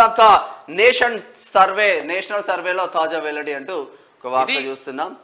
ఒక్క నిమిషం, ఫస్ట్ పేజ్ అయిపోయింది. రెండో పేజీ చూసుకుంటే మధ్యప్రదేశ్ హైకోర్టు కీలక నిర్ణయం. ఈడబ్ల్యూఎస్ రిజర్వేషన్లు జనరల్ కులాలకేనా, ఇతర కులాలకు వర్తించవా? కేంద్ర ప్రభుత్వానికి నోటీసులు జారీ, 6 వారాల్లో స్పందన తెలపాలంటూ ఆదేశం గట్టిగానే ఇచ్చింది. ఇక నేటి మాట చూసుకుంటే బతుకు పోరాటంలో ఏం పోగొట్టుకొని వెతుకుతున్నావు మనిషి, కాలం నీకు ఎప్పుడు అనుకూలంగా లేదని బాధపడుతున్నావా? సామాన్యుల జీవితాలు సచ్చిన పామసొంటివే, ఎన్ని పగటి కలలు కన్నా అవి తీరం చేరడం గగనమే. అదృష్టం అందుకునే క్షణాలు రాతి యుగాలు గడిచిపోవాల్సిందే. అంత బిజీ ప్రపంచంలో నువ్వు తలదాచుకోవడం గొప్ప. కులాలు తీరుగా రాజకీయ ప్రయోజనాలు అమలవుతున్నాయి. నువ్వు ఓటేసే అస్థిపంజరానివి మాత్రమే. సంక్షేమ పథకాల కోసం దరఖాస్తు పెట్టుకొని బతకలేక బావిలో పడితే కప్పలు కనుగుడ్లు పీకినట్లే ఉంటుంది. రాజకీయం ఓ వ్యాపారం అవుతుంది. పేదరికం దరిద్రం మన ఇంటి చుట్టే తిరుగుతుంది. అత్యాశకు పోయి నీ జీవితాన్ని ఎక్కువ ఊహించుకోకు సుమి. మందెక్కువైతే మజ్జిగ పలసన అవుతుంది అని చెప్పేసి మంది ఎక్కువైతే కాక గురించి రాసిండే మంది ఎక్కువైతే రాత్రి పూట కాదు, నార్మల్ గా మంది ఎక్కువైతే. పెద్దపల్లి రాజన్న ముచ్చట్లు అవి ప్రతిరోజు జబర్దస్త్ గా వస్తున్నాయి. పసుపు బోర్డు నిజామాబాద్ లో ఏర్పాటు చేయాలంటూ మంత్రి చేసిన వాక్యాలు చూస్తా ఉన్నాం. టైటిల్ సూట్ యాప్ లో ఎన్నో లాభాలు. మీ ఫోన్ లో యాప్ డౌన్లోడ్ చేసుకోండి. సిబిల్ లాగానే ప్రాపర్టీపై కేసు లిస్ట్ చేసుకోండి. ప్రతిరోజు వస్తా ఉంది, చాలా ఇంపార్టెంట్ అది. ఇక మహిళా సంఘాలకు వెటరేరు అని చెప్పేసి మంత్రి చెప్తా ఉన్నారు. ఆధార్లకు డియాక్టివేట్ చేస్తుందని చెప్పి చెప్తున్నాడు. ఇక బాధ్యతలు స్వీకరించిన Rajaiah state finance commission chairman గా చార్జ్. తనపై నమ్మకం ఉంచినందుకు సీఎం రేవంత్ కు కృతజ్ఞతలు, ధన్యవాదాలు.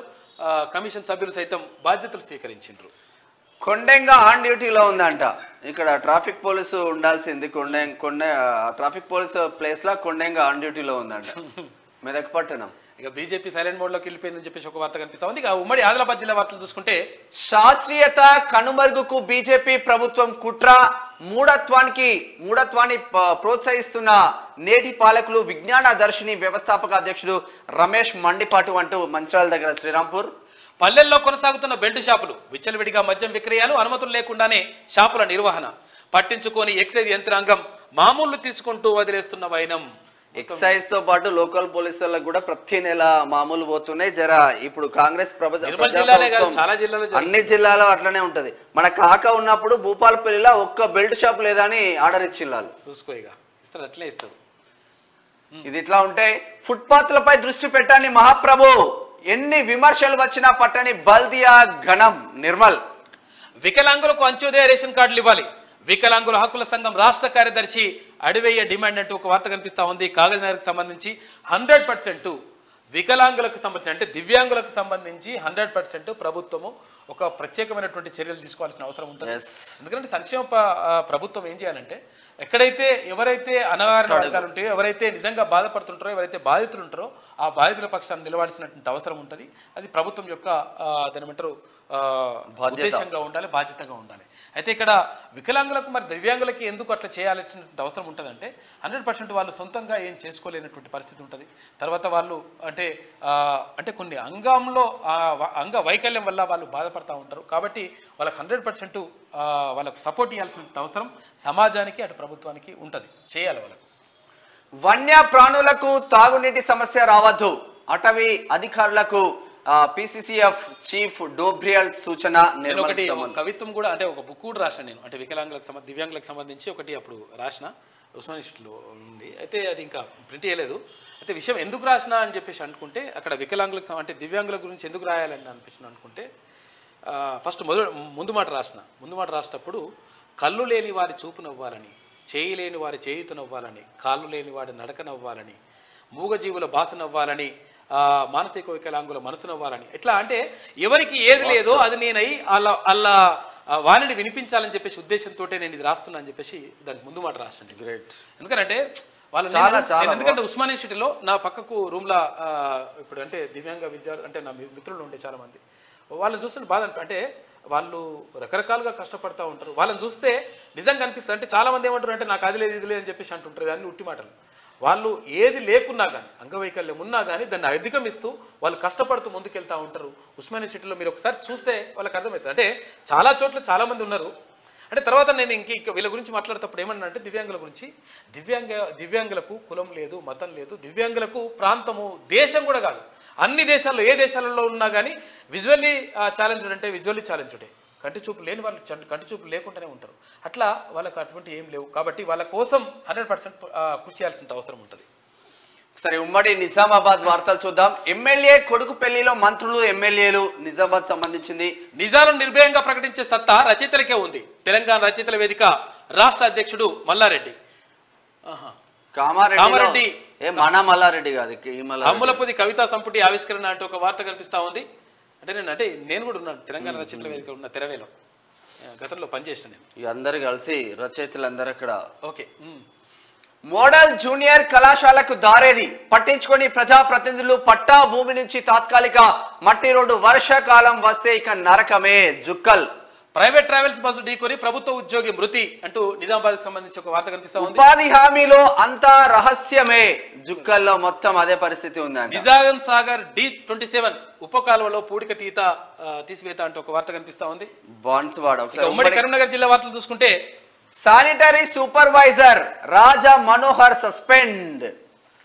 విధుల్లో నిర్లక్ష్యం వహించడంతో ఉత్తర్వులు జారీ చేసిన కలెక్టర్. గత కొన్ని రోజులుగా రాజా మనోహర్ అవినీతిపై అనేక ఫిర్యాదులు, కోట్ల డీజిల్ కుంభకోణంపై ఇంతవరకు పూర్తి కాని విచారణ, పేకాట ఆడుతూ ప్రభుత్వ ఉద్యోగుల ప్రవర్తన నియమావళి ఉల్లంఘన, చర్యలు తీసుకోకపోవడంపై పలు అనుమానాలు, ఫిర్యాదుదారుల ఆగ్రహం. మొత్తం ఇదే వ్యవస్థ. ఏం చేస్తాను పోయి అది చేస్తావా?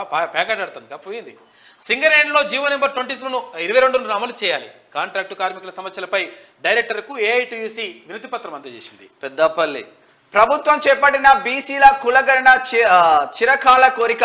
సిరిసిల్ల అసెంబ్లీ బ్లాక్ కాంగ్రెస్ అధ్యక్షుడు సాగరం వెంకటస్వామి అంటూ సిరిసిల్ల.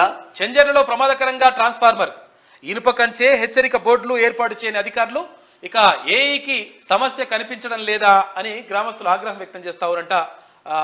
మానకొండూరుకు సంబంధించి కరీంనగర్ రవాణా శాఖ ఆఫీస్ రోడ్డు అస్తవ్యస్తం, మరమ్మత్తు చేయడంలో అధికారుల విఫలం, పరిష్కరించాలని పలువురి సూచన. కరీంనగర్ కని చౌరస్తాలో 2 రోజులుగా మహిళ న్యాయ పోరాటం అంట. హోం గార్డ్ తను అన్యాయంగా అన్యాయంగా ఉద్యోగంలో నుంచి తొలగించారని తిరిగి ఉద్యోగం ఇవ్వాలంటూ పెద్దపల్లి జిల్లా గోదావరి కని ప్రధాన చౌరస్తాలో మహిళా మాజీ హోంగార్డు పద్మ చేపట్టిన న్యాయ పోరాటం 2 రోజులకు చేరుకుందంట. పాపం చూడండి చాలా ఉన్నాయి. నిజంగా ఏంటంటే హోంగార్డులు పాపం వాళ్ళు వచ్చి చెప్పుకుంటా ఉంటారు. తర్వాత TSSP కానిస్టేబుల్ కానీ చాలా వచ్చి చెప్పుకుంటారు వాళ్ళు. అంటే వాళ్ళకు హోంగార్డులు అంటే నిజంగా ఒక రకంగా వాళ్ళు ఉద్యోగుల కింద లెక్క కాదు వాళ్ళు. ఎందుకంటే కూలీ లెక్క వాళ్ళు. ఎందుకంటే వాళ్లకు రిటైర్ అయిన తర్వాత పెన్షన్ లేదు, తర్వాత వాళ్ళకు శాలరీ అది కూడా లేదు. అంటే ఇవాళ జాయిన్ అయిన హోంగార్డ్కి ఏ జీతం ఉంటుందో ఒక 20 సంవత్సరాల నుంచి పనిచేస్తున్న హోంగార్డ్ కూడా అదే జీతం ఉంటుంది. అంటే వాళ్ళకు శాలరీ పెంచడం, తగ్గించడం ఇవన్నీ కూడా ఏం లేవు.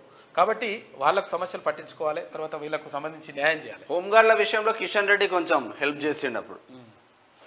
ఇది ఇట్లా ఉంటే ఉమ్మడి మెదక్ జిల్లా వార్తలు చూద్దాం. నిబంధనలు పాటించని వెంచర్ నిర్వాహకులు హైవే అధికారుల సూచనలను పట్టించుకొని వైనం సర్వీస్ రోడ్డు లేకుండానే వెంచర్ల ఏర్పాటు. ఆందోళన నియోజకవర్గంలో పుట్టగొడుగులా పుట్టుకొస్తున్న వెంచర్లు, అధికారుల వద్ద సమాచారం శూన్యం. సమాచారం ఉంటది, కాసులకు కకృతి పడి మీకు సమాచారం మనకు సమాచారం ఇవ్వరు అంతే. విజయ సంకల్ప యాత్రను జయప్రదం చేయండి. బీజేపీ అసెంబ్లీ ఇన్ఛార్జి పులిమామిడి రాజు. ఇది ఇట్లా ఉంటే ఎస్సీ ఉపకులాల సమస్యలను పరిష్కరించాలి. రాష్ట్ర ప్రభుత్వం తక్షణమే చర్యలు చేపట్టాలి. నర్సాపూర్ విద్య నేర్పవలసిన వాడు జైలుకి వెళ్ళాడు. అసలే స్కూల్ మేనేజింగ్ డైరెక్టర్ 10వ తరగతి విద్యార్థితో అసభ్యకర ప్రవర్తన, వారం రోజులుగా లైంగిక వేధింపులు, తల్లిదండ్రులకు తెలియడంతో కటకటాల పాలు. ఫోక్స్ చట్టం కింద కేసు. ఏం మనుషున్నవరా పిల్లలేంద్ర. 17 కోట్లతో అభివృద్ధి పనులకు శంకుస్థాపన. ఎల్లుపేట ప్రభుత్వ ఆసుపత్రి మంజూరు. టెక్మాల్ మండలంలో మంత్రి దామోదర విస్తృత పర్యటన. ఆయన మొత్తం విస్తృతంగా పర్యటిస్తా ఉన్నాడు. తర్వాత నిజంగా నియోజకవర్గంలో అయితే ఎక్కువ శాతం కాన్స్టిట్యుయెన్సీ అంటే పలు అభివృద్ధి కార్యక్రమాలకు ఇవన్నీ కూడా ప్రయత్నం చేస్తున్నాడు ఆయన. ఒకసారి ఉమ్మడి రంగారెడ్డి జిల్లా వార్తలు చూద్దాం. జవహర్ నగర్ మేయర్ అనుచరుల అరాచకం, కార్పొరేటర్ల వాహనాల వెంటపడి దాడి చేసే యత్నం అంటూ ఆరోపణలు. నేడు మేయర్ పై అవిశ్వాసం. జవహర్ నగర్ లో ఉద్రిక్తత వాతావరణం. రాత్రి హంగామా కాదు, నార్మల్ హంగామా కాదు, పెద్దంబర్పేట కాడ జవహర్ నగర్ కార్పొరేటర్లు అందరు పోతే వీళ్ళ తమ్ముడు వీళ్ళ బాబాయ్ వెంటబడి ఒక రేంజ్ లో వేసుకున్నారంట. వాళ్ళు అట్లట్లలో ఉరికి ఆదిపట్ల పోలీస్ స్టేషన్ లో కంప్లైంట్ చేసిండు. ఎవరో ఇప్పుడు అంటే జవహర్ నగర్ ఈమె మేకల కావ్య మార్చి తర్వాత ఇంకొక ఈ రోజు స్టార్ట్ అయింది. మరి మొన్న రేవంత్ రెడ్డి కూడా కలిసినట్టు తెలుస్తా ఉంది. అంటే మారుస్తున్నారంట ఇవాళ. అంటే ఒకవేళ అది అవిశ్వాస తీర్మానం ఏదో జరుగుతుందంట. జరిగిన తర్వాత జవహర్ నగర్ మేయర్ పై అవిశ్వాసం పెట్టారనే కోపంతో కార్పొరేటర్లపై మేయర్ అనుచరులు దాడి చేసే ప్రయత్నం చేశారని ప్రచారం జరుగుతున్నది. వివరాల్లోకి వెళ్తే జవహర్ నగర్ మేయర్ పై స్థానిక కార్పొరేటర్లు అవిశ్వాసం పెట్టిన సంగతి తెలిసిందే. ఈ క్రమంలో సోమవారం మేయర్ అవిశ్వాస తీర్మానాన్ని ఎదుర్కొనున్నారు. అయితే అవిశ్వాసం పెట్టిన కార్పొరేటర్లు ఇప్పటిదాకా క్యాంపుకు పరిమితం కాగా నిన్న హైదరాబాద్ లోని ఇతర క్యాంపుకు పెద్దంబర్పేట నుంచి వాహనాల్లో వెళ్తున్న క్రమంలో మేయర్ మేకల కావ్య తమ్ముడు బాబాయ్ అనుచరులతో 100 మందితో కలిసి కార్పొరేటర్ల వెంటబడి దాడి చేసే ప్రయత్నం చేసినట్టు ప్రచారం జరుగుతున్నది. ఈ క్రమంలో ఆదిపట్ల పోలీస్ స్టేషన్ వద్దకు కార్పొరేటర్లు చేరుకోగానే మేయర్ అనుచరులు అక్కడికి రాకుండా తప్పించుకుపోయారు. వెంటనే కార్పొరేటర్లు జరిగిపోయింది. అదే కాంగ్రెస్ పార్టీకి చెందిన కారింగుల నిహారిక గౌడ్ మేయర్ అయ్యే అవకాశం ఉందంట ఎక్కడ జవహర్ నగర్. ఇక సతీష్ నాయర్ గురుస్వామి ఇక లేరు. కన్నీటి వీడుకోలుతో అంతిమ యాత్ర వేలాదిగా హాజరైన జనం. తెలుగు రాష్ట్రాల్లో ప్రఖ్యాతిగాంచిన గురుస్వామి పాడెమోసిన షాద్ నగర్ ఎమ్మెల్యే వీర్లపల్లి శంకర్ చాలా అంటే ప్రతి దగ్గర చాలా ఫేమస్. తాండూరులో పెరిగిన లారీ కిరాయిలు. లారీ ఓనర్ల సంక్షేమ నిమిత్తం కిరాయిలు పెంచాం. లారీ అసోసియేషన్ అధ్యక్షుడు అబ్దుల్ గని తాండూర్. సర్కార్ బడుల్లో మరుగుదొడ్లు ఏర్పాటు కాలేనా? ఎవరికి పట్టని విద్యార్థుల గోస. ప్రభుత్వాలు మారుతున్నా మారని పాఠశాలలు. పసుమాముల హెచ్ఎస్లో వసతులు నిల్లంట పట్టించుకొని సారు అంటున్న విద్యార్థులు ఉపాధ్యాయులు అంటూ ఒక వార్త కనిపిస్తుంది. ఎక్కడైనా కానీ ప్రభుత్వం దీనిపైన కూడా దృష్టి పెట్టాలి. ఎందుకంటే కనీస మౌలిక వసతులు మౌలిక సదుపాయాలు కల్పించాల్సినటువంటి బాధ్యత ఉంటుంది. కాబట్టి ఇక్కడ ప్రభుత్వ పాఠశాలలపైన కానీ ప్రభుత్వ ఆసుపత్రులపైన కానీ ప్రత్యేక దృష్టి పెట్టాలని చెప్పేసి కోరుతా ఉన్నారు ప్రజలు. ఇళ్ల స్థలాలు విక్రయిస్తున్నారని అసత్య ప్రచారం. ఇందిరానగర్ లో విక్రయాలు జరగడం లేదు. అసోసియేషన్ అధ్యక్షుడు గోవు వెంకటరెడ్డి కుకట్పల్లి. హైదరాబాద్ జిల్లా వార్తలు చూసుకుంటే కేసీఆర్ హోర్డింగులు చించివేత. కేసీఆర్ పుట్టినరోజునే చిరిగిన పోస్టర్లట. పుట్టినరోజునే కాదు. ఆగ్రహించిన ఉద్యమకారులు తెలంగాణకు అన్యాయం చేశారని చెప్పేసి ఆగ్రహం వ్యక్తం చేస్తున్నట. కుకట్పల్లిలో కాక పుట్టినరోజే ఫ్లెక్సీలు చింపుకునే పరిస్థితి మాత్రం ఉన్నది. విజయ్ సంకల్ప్ బస్ యాత్ర ఏర్పాట్ల సన్నాహక సమావేశం పాల్గొన్న Serilingampally BJP assembly convener Raghavender Rao, BJP రాష్ట్ర కార్యవర్గ సభ్యులు రవికుమార్ యాదవ్. షేర్లింగంపల్లికి సంబంధించిన వార్త. కులగణనపై అసెంబ్లీలో ఏకగ్రీవ తీర్మానం. హర్షం వ్యక్తం చేసిన షేర్లింగంపల్లి కాంగ్రెస్ శ్రేణులు. సర్వసభ్య సమావేశం నిర్వహించాలి. హైకోర్టును ఆశ్రయించిన మల్కాజ్గిరి కార్పొరేటర్ శ్రవణన్న మాత్రం జబర్దస్త్ గా కొట్లాడుతూ ఉంటారు. మల్కాజ్గిరి కార్పొరేటర్ మంచి ఎంసీఏ ఉన్నత చదువుకున్న వ్యక్తి, చాలా మంచిగా కొట్లాడుతున్నాడు. తెలంగాణ జాతిపిత జయశంకర్ సారే కేసీఆర్ కు తెలంగాణ జాతిపిత అయ్యే అర్హత లేదు. ఇది 4 కోట్ల ప్రజల అభిప్రాయం. తెలంగాణ ఉద్యమకారుడు నాగార్జున మధు. అరుంధతి సంక్షేమ సంఘం అధ్యక్షునిగా కోరణి ప్రసాద్, ఉపాధ్యక్షునిగా కోరణి రాజ్ కుమార్. రాజేంద్రనగర్ సంబంధించిన ఉమ్మడి పాలమూరు జిల్లా వార్తలు చూసుకుంటే కేసీఆర్ తెచ్చిన అణచివేత చట్టం ఎక్స్ అఫీషియో ఓటు రాజ్యాంగ విరుద్ధం. కేసీఆర్ పై ఆగ్రహం వ్యక్తం చేస్తున్న ప్రజలు, ఓటు హక్కును రాజ్యాంగాన్ని కాపాడాలంటున్న ప్రజలు. ఇక సీఎం రేవంత్ రెడ్డి ప్రభుత్వం నిర్ణయం తీసుకోవాలని చెప్పేసి విజ్ఞప్తి చేస్తా ఉన్నారంట. రాహుల్ గాంధీ హామీని నెరవేర్చిన సీఎం. బడుగుల బాటసారి సీఎం రేవంత్ అన్న బీసీ కులగణన తీర్మానం చారిత్రాత్మకం అంటూ మహబూబ్ నగర్ లో సంబంధించిన వార్త. 3 ప్రభుత్వ ఉద్యోగాలను సాధించిన ప్రియాంక. క్యూ గ్రూప్ మీడియాతో సంతోషాన్ని పంచుకున్న ప్రియాంక అభినందించిన గ్రామ ప్రజలంటూ ఒక వార్త కనిపిస్తూ ఉంది. అయితే ఇక్కడ 3 ఉద్యోగాలు వచ్చినాయి. సంతోషం, చాలా సంతోషం. కాకపోతే ఏంటంటే ఇక్కడ గురుకుల అభ్యర్థులు చాలా మంది కూడా రెగ్యులర్గా ఫోన్ చేస్తూ ఉన్నారు. క్లియర్గా ఒక నిర్ణయం తీసుకోండి, ప్రభుత్వం నిర్ణయం తీసుకోవాలి దీనిపైన. ఎందుకంటే ఇక్కడ గురుకుల పోస్టులు నింపుతామని చెప్పేసి ప్రభుత్వం ప్రకటించింది. దానిపైన మొత్తం కూడా అదంతా కూడా ప్రాసెస్ నడుస్తూ ఉంది. అయితే మొదట టీజీటీ పీజీటీ రిజల్ట్స్ ఇచ్చి ఆ తర్వాత డిఎల్ రిజల్ట్స్ ఇస్తే మళ్ళీ జేఎల్డిఎల్ వచ్చింది అనుకో, డిగ్రీ కాలేజ్ లెక్చరర్ తర్వాత జూనియర్ కాలేజ్ లెక్చరర్ జాబ్ వచ్చింది అనుకో, ఇక్కడ నుంచి వాళ్ళకు అక్కడికి జంప్ అయిపోతారు. దాంతో ఇక్కడ ఖాళీలు ఏర్పడతాయి. ఈ ఖాళీలు మళ్ళీ అట్లా ఉంచితే బ్యాక్లాగ్ అయిపోతాయి. కాకపోతే ఇవి బ్యాక్లాగ్ కాకుండా చూడండి 100% పూర్తిగా నింపాలని చెప్పేసి వాళ్ళు విజ్ఞప్తి చేస్తూ ఉన్నారు. తర్వాత మళ్ళీ వాళ్ళు ఫోన్ చేసి అడుగుతున్నారు. ఇట్లా ఉంటే కళావేదిక ఆధ్వర్యంలో రాష్ట్ర స్థాయి పాటల పోటీలు. ఎమ్మెల్సీ బల్మూరి వెంకట్ ఆసక్తికర వ్యాఖ్యలు. కలెక్టర్ సారు రైతుల సమస్యలను పరీక్షించండి. తీర్మానం టీం జిల్లా కన్వీనర్ కొమ్ముల ప్రవీణ్ రాజ్ అంటూ ఒక వార్త కనిపిస్తా ఉంది. తమ్ముడు ప్రవీణ్ రాజు నిజంగా మంచి. మల్దకల్ మండలం విఠలాపురం తోముకుంట గ్రామానికి సంబంధించిన నెట్టెంపాడు ఎత్తిపోతల పథకంలో భాగంగా ప్యాకేజీ నెంబర్ 106 దిగువ కాలువ విఠలాపురం తూముకుంట రైతులు పొలాల మధ్య ప్రవహించాల్సిన సాగునీటి కాలువను అధికారుల నిర్లక్ష్యం వల్ల 10 సంవత్సరాలుగా ఆగిపోయినాయంట. పాపం దాని గురించి వాస్తవంగా గద్వాల జిల్లాలో ఏ ప్రజా సమస్య ఉన్నా తమ్ముడు ప్రవీణ్ అయితే టేకప్ చేస్తుండు. ఇగో ఇట్లా చదివిన వాళ్ళకి ఇట్లా 3 ఉద్యోగాలు వస్తాయి. ఇగో ఈమెకు వచ్చినాయి. పేరు ఏం పేరు? ప్రియాంక. Great, congratulations. సరే, ఉమ్మడి నల్గొండ జిల్లా వార్తలు చూద్దాం. తినుబండారాల కర్మాగారంలో తిప్పలు, వాసన పొగతో బెబ్బేలెత్తిపోతున్న స్నేహానగర్ వాసులు. జనావాసాల నడుమ అనుమతులు ఎవరిచ్చారు? పైసలు కకృతి పడితే ఎక్కడైనా అనుమతులు వస్తాయి. ఇటుక బట్టీల్లో మగ్గుతున్న బాల్యం, పుస్తకాలు పట్టాల్సిన చేతులు మట్టి కలుపుతున్న దృశ్యం. పగలు రాత్రి తేడా లేకుండా అక్రమ తరలింపు. క్యూన్యూస్ కెమెరాకు చిక్కిన వైనం అంటూ ఒక వార్త కనిపిస్తా ఉంది. ఇటుక బట్టీలలో మొత్తం రాష్ట్రం మొత్తం అట్లనే ఉంది. ఇంకా ఒరిస్సా నుంచి వచ్చేసి వాళ్ళు కార్మికులు పనిచేస్తూ ఉంటారు. చిన్న పిల్లలు కూడా ఉంటారు. అడుగంటిన భూగర్భ జలాలు, బోర్లు వేసి అప్పుల పాలవుతున్న రైతులు. మరి భూగర్భ జలాలు అడుగంటడం ఏందో, మరి కేసీఆర్ ఏమో మొత్తం ఇక పైకే వచ్చేస్తున్నాయి నీళ్ళు అని చెప్తున్నారు. ఈడ గుర్రంపూడిలో మొత్తం అడుగంటుతున్నాయంట. ఇమాంపేట గురుకుల విద్యార్థినుల వరుస మరణాలు. హోమ్ సిక్ లీవ్లో ఇంటికి వెళ్లిన విద్యార్థులు పాఠశాలకు వెళ్లే రోజే ఇంట్లో ఆత్మహత్య. ఆందోళనలో తల్లిదండ్రులు మానసిక ఒత్తిడే కారణం అంటున్న వైద్యులు అంటూ చాలా జాగ్రత్త దృష్టి పెట్టండి. ఎందుకంటే చాలా ఇంపార్టెంట్ ఇది. కొంచెం కౌన్సిలింగ్ ఇవ్వండి పిల్లలకి. కౌన్సిలింగ్ ఇస్తారా లేకపోతే ఇంకా అక్కడ ఏమైనా జరుగుతుందా చూడండి ఒకసారి. మళ్ళీ రిపీట్ అయితే. కరివిరాల మోడల్ స్కూల్ విద్యార్థి ప్రతిభ రాష్ట్ర స్థాయికి ఎంపికైన పృథ్వీ తయారు చేసిన ఇన్స్పైర్ ప్రాజెక్ట్ అంట. ఓకే, ఇక ఉమ్మడి వరంగల్ జిల్లా వార్తలు చూసుకుంటే త్వైకాండో ఛాంపియన్షిప్స్ 2024 గెలుచుకున్న కస్తూర్బా విద్యార్థులు. కంగ్రాచులేషన్స్. నిజంగా స్టేషన్ గన్పూర్కు సంబంధించి జనగామ జిల్లా జఫర్గఢ్ మండల్ కస్తూర్బా గాంధీ బాలికల విద్యార్థులు కాట విభాగంలో Rudramadevi mega cup national open karate కుంపు త్వైకాండో ఛాంపియన్షిప్ 2024 సాధించిందంట. కంగ్రాచులేషన్స్. కోనోకార్పాస్ మొక్కలను తొలగించండి. కరెంట్ స్తంభాలను తలపించేలా మొక్కలు పట్టించుకొని మున్సిపల్ అధికారులు ఎందుకు పెడుతున్నారు ఇవి అర్థమైతలేదు. కానీ ఇక రోడ్డు ఈ చెట్లు ఇవి జూమ్ చేస్తే కనిపిస్తుంది, ఏమైనా ఐడియా వస్తుందా? ఇగో ఈ చెట్లు ఉంటాయి కదా, ఇవి చాలా డేంజర్ అనమాట. వీటి నుంచి వచ్చేటువంటి గాలి ఏదైతే ఉంటుందో దాని ఉబ్బసము తర్వాత ఇక్కడ గుండె సంబంధిత వ్యాధులకు కారణమవుతుంది. కాబట్టి ఇటువంటి చెట్లు పెట్టొద్దురా నాయన అంటే తొందరగా ఈజీగా పెరుగుతాయి అని చెప్పేసి లొటపి చెట్లు లెక్క పెరుగుతాయి అని చెప్పేసి తొందరగా పెడుతున్నట్టు. అవి చాలా డేంజర్ అవి. దాన్ని కొట్టేదామంటే మళ్ళీ నేషనల్ గ్రీన్ ట్రిబ్యునల్ అభ్యంతరం వ్యక్తం చేస్తుందంట. తొర్రూరు మినీ మేడారానికి పోటెత్తిన భక్తులు, అధికారుల పర్యవేక్షణ లేకుండా పనులు.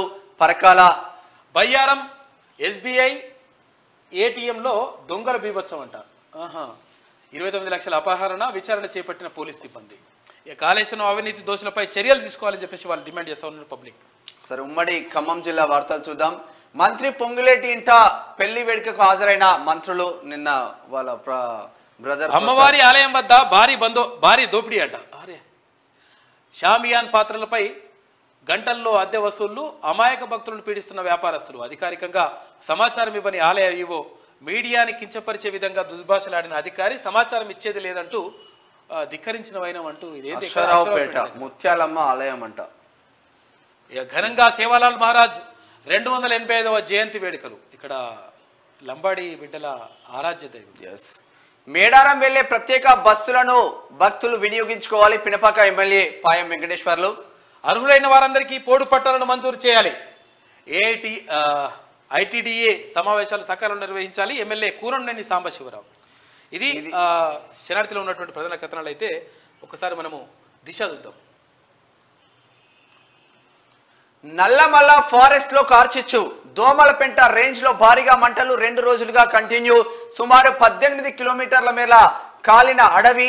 రంగంలోకి ఫైర్ సిబ్బంది. ప్రస్తుతం మంటలు అదుపులో ఉన్నాయి అంటూ కార్చిచ్చు. అయితే ఎందుకు వస్తుందంటే ఇక్కడ నల్లమల్ల అడవులలో కార్చిచ్చు ఎందుకు వస్తుంది అంటే అక్కడ అడవులు ఇట్లా రాసుకుంటే ఏమైతుందంటే కొన్ని చెట్లు ఇట్లా రాసుకుంటే మంటలు వస్తాయి. ఆ మంటలు అంటుకొని తర్వాత మొత్తం కూడా అడవి అంతా వ్యాపిస్తుంది. ఇది 18 కిలోమీటర్ల వరకు వ్యాపించిందంట. ఎక్కడ దోమలపెంట ఈగలపెంట అంటే ఎక్కడంటే శ్రీశైలం పోతుంటాం కదా మనము. శ్రీశైలం పోతుంటే ఇక్కడ తెలంగాణ ఒడ్డుకుంటుంది దోమలపెంట ఈగలపెంట. ఇక్కడ సైడ్ మొత్తం అంతా అంటుకున్నదంట. అక్కడ వజ్రాల గని కూడా ఉందని అంటారు. ఇక అమ్మాయిలు అదర్హౌ ఆసియా బ్యాడ్మింటన్ టీం ఛాంపియన్షిప్ విజేతగా భారత జట్టు. ఫైనల్లో థాయిలాండ్ను చిత్తు చేసిన ఇండియా. టోర్నీ చరిత్రలో భారత్ జట్టుకు తొలి స్వర్ణం లభించింది. 3వ టెస్ట్లో టీమిండియా భారీ విక్టరీ. 122 పరుగులకి కుప్పకూలిన ఇంగ్లాండ్. మెడికల్ కాలేజీలుగా 6 జిల్లా ఆసుపత్రులు. తెలంగాణ వైద్య విధాన పరిషత్ నిర్ణయం డైరెక్టర్ ఆఫ్ మెడికల్ ఎడ్యుకేషన్ పరిధిలోకి. పోర్చుగల్ ప్రధాని రాజీనామా వైదొలిగిన అంటోనియో కోస్టా అవినీతి ఆరోపణల నేపథ్యంలో ఈ నిర్ణయం తీసుకున్నట్ట. కానీ మన దగ్గర ఎన్ని అవినీతి ఆరోపణలు వచ్చినా కూడా చెయ్యరా అంటే మాత్రం చేయరు. నిజామాబాద్ లోనే పసుపు బోర్డు. కేంద్ర ప్రభుత్వానికి మంత్రి తుమ్మల లేఖ. పంట సాగయ్యే చోటే ఏర్పాటు చేయాలని వినతి. ఇక గురుకులంలో అవకతవకలు, మొక్కుబడిగా సర్టిఫికేట్ వెరిఫికేషన్. ఇక్కడ గురుకుల ఎగ్జామ్ సంబంధించంట పిలిచిన వారికన్నా ఎక్కువ మంది ధృవపత్రాల పరిశీలన. బీఆర్ఎల్ కాకుండా ర్యాంక్ మాత్రమే ఇవ్వడంపై అనుమానాలు వ్యక్తమవుతున్నాయి. ఆ అవరోహణ పద్ధతిని పాటించని అధికారులు ఫలితంగా బ్యాక్లాగ్ పోస్టులు, మహిళలకు తీవ్ర అన్యాయం జరుగుతూ ఉంది అంటూ ఒక వార్త కనిపిస్తా ఉంది. ఇక్కడ నిజంగా వాళ్ళకు యాక్చువల్గా మార్కుల లిస్టు అదంతా కూడా తీసేసిండ్రంట. 100% ఆ మార్కుల లిస్టు పెట్టాలి అంటే వెబ్సైట్ నుంచి తీసేసిందంటే గతంలో ఉండే తర్వాత తీసేసిన తర్వాత ఎవరికి ఎన్ని మార్కులు వచ్చినాయో తెలియదు. అవి పోస్టింగ్లు అయితే డైరెక్ట్ ఇచ్చేస్తారని చెప్పేసి ఆరోపణలు వస్తూ ఉన్నాయి. 100% దానిపైన దృష్టి పెట్టండి. ఎందుకంటే పారదర్శకంగా జరగాలి. ఎవరైతే నిజంగా కష్టపడరో, ఎవరైతే నిజంగా అర్హులో వాళ్లకు ఉద్యోగాలు దక్కితే మంచిగా ఉంటుంది. కాబట్టి దీనిపైన ఒకసారి దృష్టి పెడితే బాగుంటుంది ప్రభుత్వం. కేసీఆర్ ఫ్యామిలీ తలోదారి. కేసీఆర్ ఫ్యామిలీ తలోదారి అనేసరికి ఇది కూడా ఇంకో దారికి పోతుంది. కేటీఆర్, హరీష్, కవిత మధ్య సమన్వయ లోపం. బీజేపీతో పొత్తు విషయంలో భిన్నాభిప్రాయాలు. రాజ్యసభ దక్కని అసంతృప్తిలో ఎంపీ సంతోష్. నేను సీఎంగా అంటూ హరీష్ రావు కామెంట్స్. తన వ్యూహం వేరంటున్న ఎమ్మెల్సీ కవిత. Failure leader ముద్రతో KTR. గ్రూపులుగా విడిపోయిన కీలక నేతలు, పార్టీ ఫ్యూచర్ పై కేడర్లో కన్ఫ్యూజన్ నెలకొని ఉంది. అయిపోయింది పార్టీ పని. ఒక్కొక్కరుగా చేజారుతున్న సిట్టింగ్లు, లీడర్లు కంట్రోల్ చేయలేకపోతున్న అధినేత కేసీఆర్. లోక్సభ ఎన్నికల టైంలో కొత్త తలనొప్పి. అన్ని రోజులు ఎంజాయ్ చేసి పవర్ ను అయిపోయింది. తెలంగాణకు వచ్చేస్తాం. ప్రభుత్వానికి ఏపీలో పనిచేస్తున్న టీఎస్ ఉద్యోగుల రిక్వెస్ట్. రాష్ట్రంలో పోస్టింగ్ కోసం 624 మంది ఎదురు చూపులు. రిలీవ్ కు ఆంధ్రప్రదేశ్ సర్కార్ గ్రీన్ సిగ్నల్ అంటూ ఒక వార్త చూస్తాం. బదిలీకి అవకాశం కల్పించని చెప్పేసి వాళ్ళు విజ్ఞప్తి రావాలి. తెలంగాణ వాళ్ళు 624 మంది వాళ్ళు ఉన్నారు కదా, వాళ్ళని తీసుకొచ్చుకోవాలి. తర్వాత ఇక్కడ ఉన్న వాళ్ళని కూడా అక్కడ పంపించేయాలి. అది చాలా ఇంపార్టెంట్. 7 అదనపు ఎస్పీలు ట్రాన్స్ఫర్. మరో 61 మంది డిఎస్పీలు సైతం పోలీస్ శాఖలో అన్ని స్థాయిలో ప్రక్షాళన స్పష్టంగా కనిపిస్తుంది. తెలంగాణలో మోడీ టూర్ లోక్సభ కోడుకు ముందే అయితే ఈ నెల లాస్ట్ వీక్ లేదా వచ్చే నెల ఫస్ట్ వీక్ లో జరుగుతుందంట. ఆదిలాబాద్, ములుగు, సికింద్రాబాద్ లో పర్యటన. ఎస్సీ రిజర్వేషన్ పై కీలక ప్రకటన చేసే ఛాన్స్ కనిపిస్తా ఉంది. ఎన్నికల అస్త్రాలను సిద్ధం చేసే పనిలో భారతీయ జనతా పార్టీ ముందుకెళ్తా ఉంది. జేపీ నడ్డా పదవి కాలం పొడిగింపు. బీజేపీ జాతీయ అధ్యక్షుడిగా కొనసాగింపు. ఈ ఏడాది జూన్ వరకు కంటిన్యూ. ఇక ఫైర్ డిపార్ట్మెంట్ లో 1000 ఉద్యోగాలు త్వరలో భర్తీ చేస్తాం. ఇప్పటికే 2000 పోస్టులు ఫిలప్ చేసినాం. పోలీసులతో సమానంగా ఇన్సూరెన్స్ తర్వాత ఇతర సౌకర్యాలు కల్పిస్తామని చెప్పేసి ముఖ్యమంత్రి చెప్తా ఉన్నాడు. ప్రభుత్వంలో పైరవీలతో పనులు జరగవు. అన్ని రూల్స్ ప్రకారమే సిటీ అభివృద్ధిలో క్రీడాయి కలిసి రావాలి. ఇక ఫైర్ హెడ్ క్వార్టర్ ప్రారంభోత్సవంలో ముఖ్యమంత్రి రేవంత్ రెడ్డి. తలసానికి బిగిస్తున్న గొర్రెల ఉచ్చు. గొర్రెల పంపిణీ స్కామ్ లో అవినీతి నిజమేనని ఇప్పటికే స్పష్టం చేసిన కాగ్. 2.17 కోట్లు మోసపోయామంటూ విక్రయదారులు ఫిర్యాదు. బాధితులను విచారించిన ఏసీబీ అధికారులు. త్వరలో ఆ శాఖపై హై లెవెల్ రివ్యూ. ఏ వెటర్నరీ డాక్టర్ని అడిగినా కూడా ఈ ముచ్చట్ల చెప్తా ఉంటారు. అన్ని ఇక కాళేశ్వరం కథ కంచికే. రిపేర్లు చేసిన ప్రాజెక్టు ఫంక్షనింగ్ డౌటేనంట. వేడిగడ్డ నష్టంతో పంపింగ్ ప్రశ్నార్థకం. అన్నారం, సుందిళ్లలోనూ సమస్యలున్నాయి. ఇప్పటికే బ్యారేజీల్లో నీటి నిల్వలు నిల్లు అంటే ఏం లేవు. కేసీఆర్ కట్టించింది అనే టైటిల్కే పరిమితం. ప్రత్యామ్నాయంగా ప్రాణహిత తెరపైకి తీసుకొస్తా ఉన్నారంట. కేసీఆర్ హయాంలో నిర్మించిన కాళేశ్వరం ప్రాజెక్టు ఇక ఎందుకు పనికిరానిదిగా మిగిలిపోయే అవకాశం ఉంది. ఈ ప్రాజెక్టులోని మేడిగడ్డ, అన్నారం, సుందిల బ్యారేజీలు ఇక మొండిగోడలుగానే దర్శనమివ్వనున్నాయి. వీటి పటిష్టతపై నిపుణులు స్పష్టత ఇచ్చేంత వరకు అటు కూల్చలేక ఇటు ఫంక్షనింగ్లోకి తేవడానికి వీలు కాక డిస్ప్లే మోడల్కి పరిమితం కానున్నాయి. నీళ్లు లేక వెలవెలబోతున్న మేడిగడ్డ. కాళేశ్వరంపై విచారణకు సిద్ధం. తప్పులు జరిగినట్టు తేలితే ఏ చర్యలు తీసుకున్న వెనకాడ మాజీ మంత్రి నిరంజన్. వెనకాడకూరి మీరు అట్లనే ఉండరు, గట్టిగానే ఉండరు. 100% విచారణ జరగాలి. ఇది దిశలో ఉన్న వార్తలు అయితే పని కావాలి. ఆదాబ్ చూద్దాం. ఆదాబ్ హైదరాబాద్. రోజు రోజు నా జీవితం ఎలా మారుతుందో నాకే అర్థం కావడం లేదు. రాబోయే సంతోషానికి ప్రస్తుత సంతోషాన్ని మర్చిపోతున్నాను. బాధ తప్ప సంతోషం తెలియని జీవితం. అందరూ చూడడానికి పైకి నవ్వినా బాధ్యతతో కూడిన బాధ లోపల నలిమేస్తుంది. సంతోషాన్ని పైకి రానివ్వకుండా నేను సంతోషంగా ఊహ తెలియనప్పుడు ఉన్నా. అయితే కానీ ఇప్పుడు అన్నీ తెలిసాక సంతోషం అనే పదాలే లేవు. వీటికి అన్నింటికీ కారణం బాధ్యతతో కూడిన బరువులు మోయడమేనేమో. నాకిష్టమైన వస్తువులు కావాలని ఏడ్చినప్పుడు నాన్న పడ్డ కష్టాలు నా పిల్లలు ఏడిస్తే కానీ నాకు తెలియలేదు. ఆ బాధ్యత గల కష్టం ఇలా ఉంటుందని అని చెప్పేసి నిజంగా నాన్న గురించి రాసిండు. నిజంగా తల్లి గురించి అమ్మ గురించి చాలా కవిత్వాలు వచ్చినాయి, చాలా లిటరేచర్ వచ్చింది. కానీ నాన్న కోసం చాలా తక్కువ వచ్చింది. అందుకే ఒక కవి అంటాడు, ఉందో లేదో స్వర్గం నా పున్నమి నాటి చెలిమి, అమ్మ గుండెలను తరిమే నా బాల్యం నాకు ఇచ్చే అని చెప్పేసి ఒక కవి అంటే ఏది నాన్న మీద కదా, అదేది చెప్తారనమాట. ఏంటిది, చేయి పట్టి నాన్న నన్ను నడిపించుట తెలుసుగాని, చేయి పట్టి నాన్న నన్ను నడిపించుట తెలుసుగాని, నా యాత్రకు శ్రీకారం చుడుతున్నది తెలియలేదు. చెట్టుకైన విత్తు తరుణమున్నది తెలియలేదు. నాకేమో నాన్న విలువ ఎంతన్నది తెలియలేదు. ఈత కొరకు నన్ను నీట నెట్టడమే తెలుసుగాని, ఈత కొరకు నన్ను నీట నెట్టడమే తెలుసుగాని, నా యాత్రకు శ్రీకారం చుడుతున్నది తెలియలేదు. చెట్టుకైన విత్తు తరుణమున్నది తెలియలేదు. అంటే నాన్న ఎందుకు అట్లా చేయబట్టుకుని నడిపిస్తాడంటే, నా యాత్రకి శ్రీకారం చుడుతున్నాడు. ఆయన నీటిలో తోసేస్తున్నప్పుడు నాకు నా తెగువకు ఉగ్గుపాలు పడుతున్నాడు. ఆ విషయం నాకు తెలియలేదు. కాబట్టి నాన్న గొప్పతనం అట్లుంటది. నాన్న ఏం చేస్తాడంట అంటే, నాన్న ఈ అందరి ముందర ఎప్పుడు కూడా కళ్ళల్లో నుంచి కన్నీళ్లు రావు నాన్నకి. ఎందుకని రావు అంటే, నాన్న అందరి ముందరు సంతోషంగా గంభీరంగా కనిపిస్తాడు. కానీ ఆయన బాధలు ఒక పక్కకు పోయి ఆ కన్నీళ్లు కారుస్తాడు. ఆ కన్నీళ్లు గార్చి ముఖం గడుపుకుంటాడు. ఆ నీళ్ళలోనే ఈ నీళ్ళు కూడా కలిసిపోతాయి.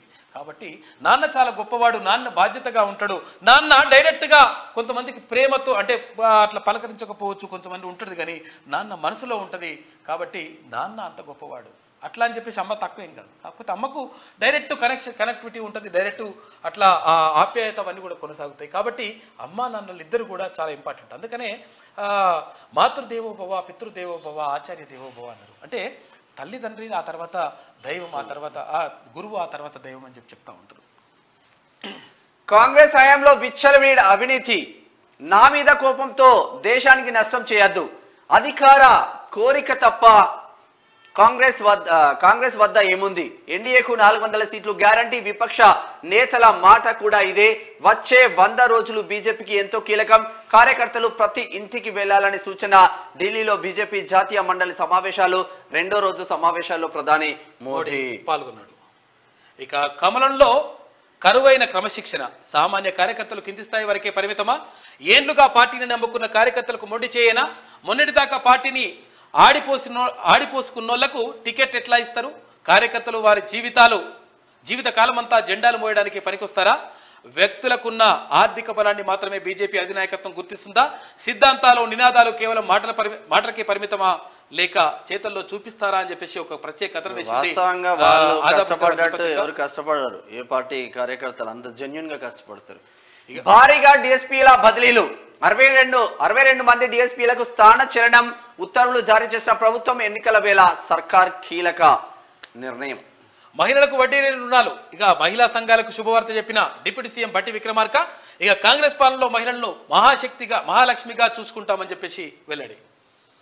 తెలంగాణ కోసం 2050 మాస్టర్ ప్లాన్, అపోహలు వద్దు, మాకు స్పష్టమైన విజన్ ఉంది, గత పాలకుల అనుభవాలు నిర్ణయాలతో ముందుకెళ్తాం.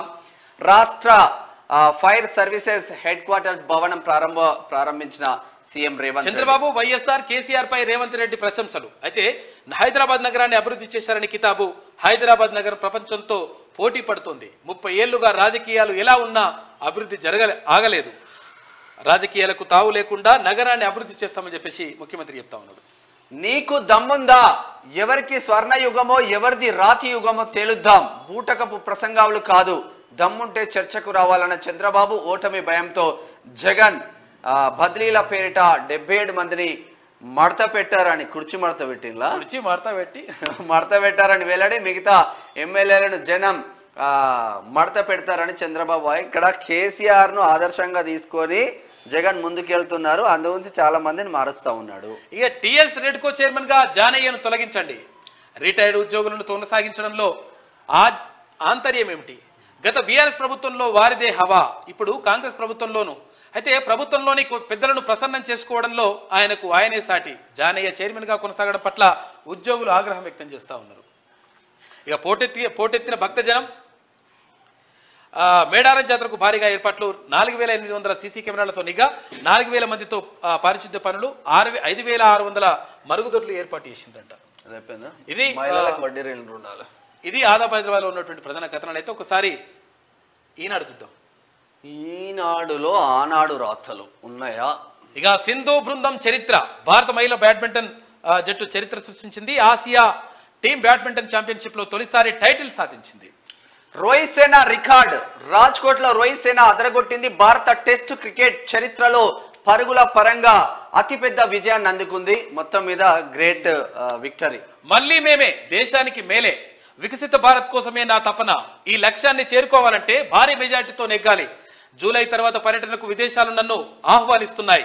మూడోసారి అధికారంపై ప్రపంచానికి నమ్మకం ఉందన్న ప్రధానమంత్రి నరేంద్ర మోడీ. దక్షిణాది ప్రజల ఆదరణను మాటల్లో వర్ణించలేమని చెప్పేసి ప్రధానమంత్రి మోడీ అంటా ఉన్నారు. తెలంగాణ అంతటికి వర్తించేలా mega master plan. Hyderabad ring road చుట్టూ రైల్ వసతి, ఓఆర్ఆర్ ట్రిపుల్ మధ్య చైనా మాదిరి శాటిలైట్ టౌన్షిప్లు, అగ్నిమాపక శాఖలో త్వరలో 1000 పోస్టుల భర్తీ. ముఖ్యమంత్రి రేవంత్ రెడ్డి వెల్లడి. నానక్రామ్ గూడలో అగ్నిమాపక శాఖ ప్రధాన కార్యాలయం ప్రారంభోత్సవం సందర్భంగా చేసిన వ్యాఖ్యలు. పసుపు బోర్డు ఊసేది. కేంద్రం ప్రకటించి 4 నెలలైన చర్యలు లేవు. ప్రోత్సాహం లేక తగ్గుతున్న సాగు వెంటనే ఏర్పాటు చేయాలని చెప్పేసి కేంద్రానికి రాష్ట్ర ప్రభుత్వం ప్రతిపాదన పంపింది. ఐటీడీఏలకు పూర్వ వైభవం తెస్తాం. మళ్ళీ ఇందిరా జలప్రభ అమలు. ఉప ముఖ్యమంత్రి బట్టి విక్రమార్క. కమల్నాథ్ అట ఇట కొనసాగుతున్న ఉత్కంఠ. పార్టీలోనే ఉంటారు. భారతీయ జనతా పార్టీలో చేరరన్న కాంగ్రెస్. స్వయంగా ఏది ప్రకటించని మాజీ సీఎం. చాలా మంది అటు ఇటు పరేషాన్లో ఉంది. అక్రమ మైనింగ్ పై సర్కార్ నజర్. రాయల్టీ, సీనారేజ్ ఎగవేతదారులపై చర్యలు. ప్రత్యేకంగా యాప్, జీపీఎస్ ట్రాకింగ్ రిజిస్టర్ చేసుకున్న వాహనాలకే రవాణా అనుమతి అంటూ ఇక భగీరథకు కష్టాలు. కొన్ని చోట్ల పూర్తి కాని అంతర్గత పనులు. వేసవిలో తాగునీటి సరఫరా విషమ పరీక్షే. ఇక శివార్లు, తండాలు, గూడెలకే మరింత సమస్య ఏర్పడే అవకాశం ఉంది. 9.5 సంవత్సరాలు రాసినవే ఈ రోజు అని వార్త. అన్ని ఊర్లకు నీళ్ళు వచ్చినాయి అన్నాడు. మళ్ళీ అప్పుడేం రాలే, ఇప్పుడేం మళ్ళీ రాస్తుండే. ఇప్పుడు కనీసం ఇక ఈమె ఏడుందో ఏడున్నదా చూసుకో. ఇక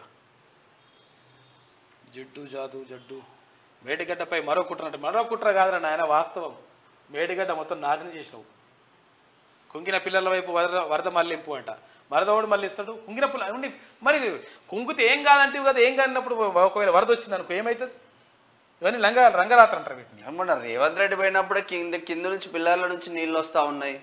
ఇక పాత్రధారి సీతక్క పిఏ సూత్రధారి ఎవరు అని చెప్పేసి కథలన్నీ ఇట్లా రాస్తుంటాడు అంతే. బీఆర్ఎస్ పై కక్షతో రైతులను బలిపెట్టొద్దు అని చెప్పేసి మేడిగడ్డ 3 పిల్లర్లు భూతద్దంతో చూపొద్దంటారు. మరి ఏం చూపాలి? నీ ఫోటో సీఎం వ్యాఖ్యలు అబద్ధం అన్ని ఇట్లా. గుండె పొడత కుప్పకూలిన కమాల్ భాటలో మనీష్ తివారీ కూడా బీజేపీకి పోతున్నాడు, పంజాబ్ ఎంపీ. ఏమని వాళ్ళు చదువుకుంటే కూడా వేస్టే కానీ ఎట్లా ఏదో. శ్రీ శోభకృతనామ సంవత్సరం ఉత్తరాయణం, శిశిర ఋతువు, మాఘమాసం, శుక్లపక్షం, తిథి దశమి ఉదయం 8:50 వరకు. తదుపరి ఏకాదశి నక్షత్రం మృగశిర ఉదయం 10:33 వరకు. తదుపరి ఆర్ధ వర్జం రాత్రి 7:33 నుంచి రాత్రి 9:15 వరకు. రాహుకాలం ఉదయం 8:08 నుంచి ఉదయం 9:36 వరకు ఉందట. దుర్ముహూర్తం పగలు 12:53 నుంచి పగలు 1:29 వరకు ఉంది. అమృతకాలం రాత్రి 1:31 నుంచి రాత్రి 3:13 వరకు. ఇక శశభిషాఖార్ధే అని చెప్పేసి ఒక వార్త కనిపిస్తా ఉంది. ప్రధానంగా ప్లాస్టిక్ బిందెలు 10 సంవత్సరాల నుంచి కనిపించలేదంట, మళ్ళీ ఇప్పుడు కనిపిస్తుంది అంటే ఆయనకు.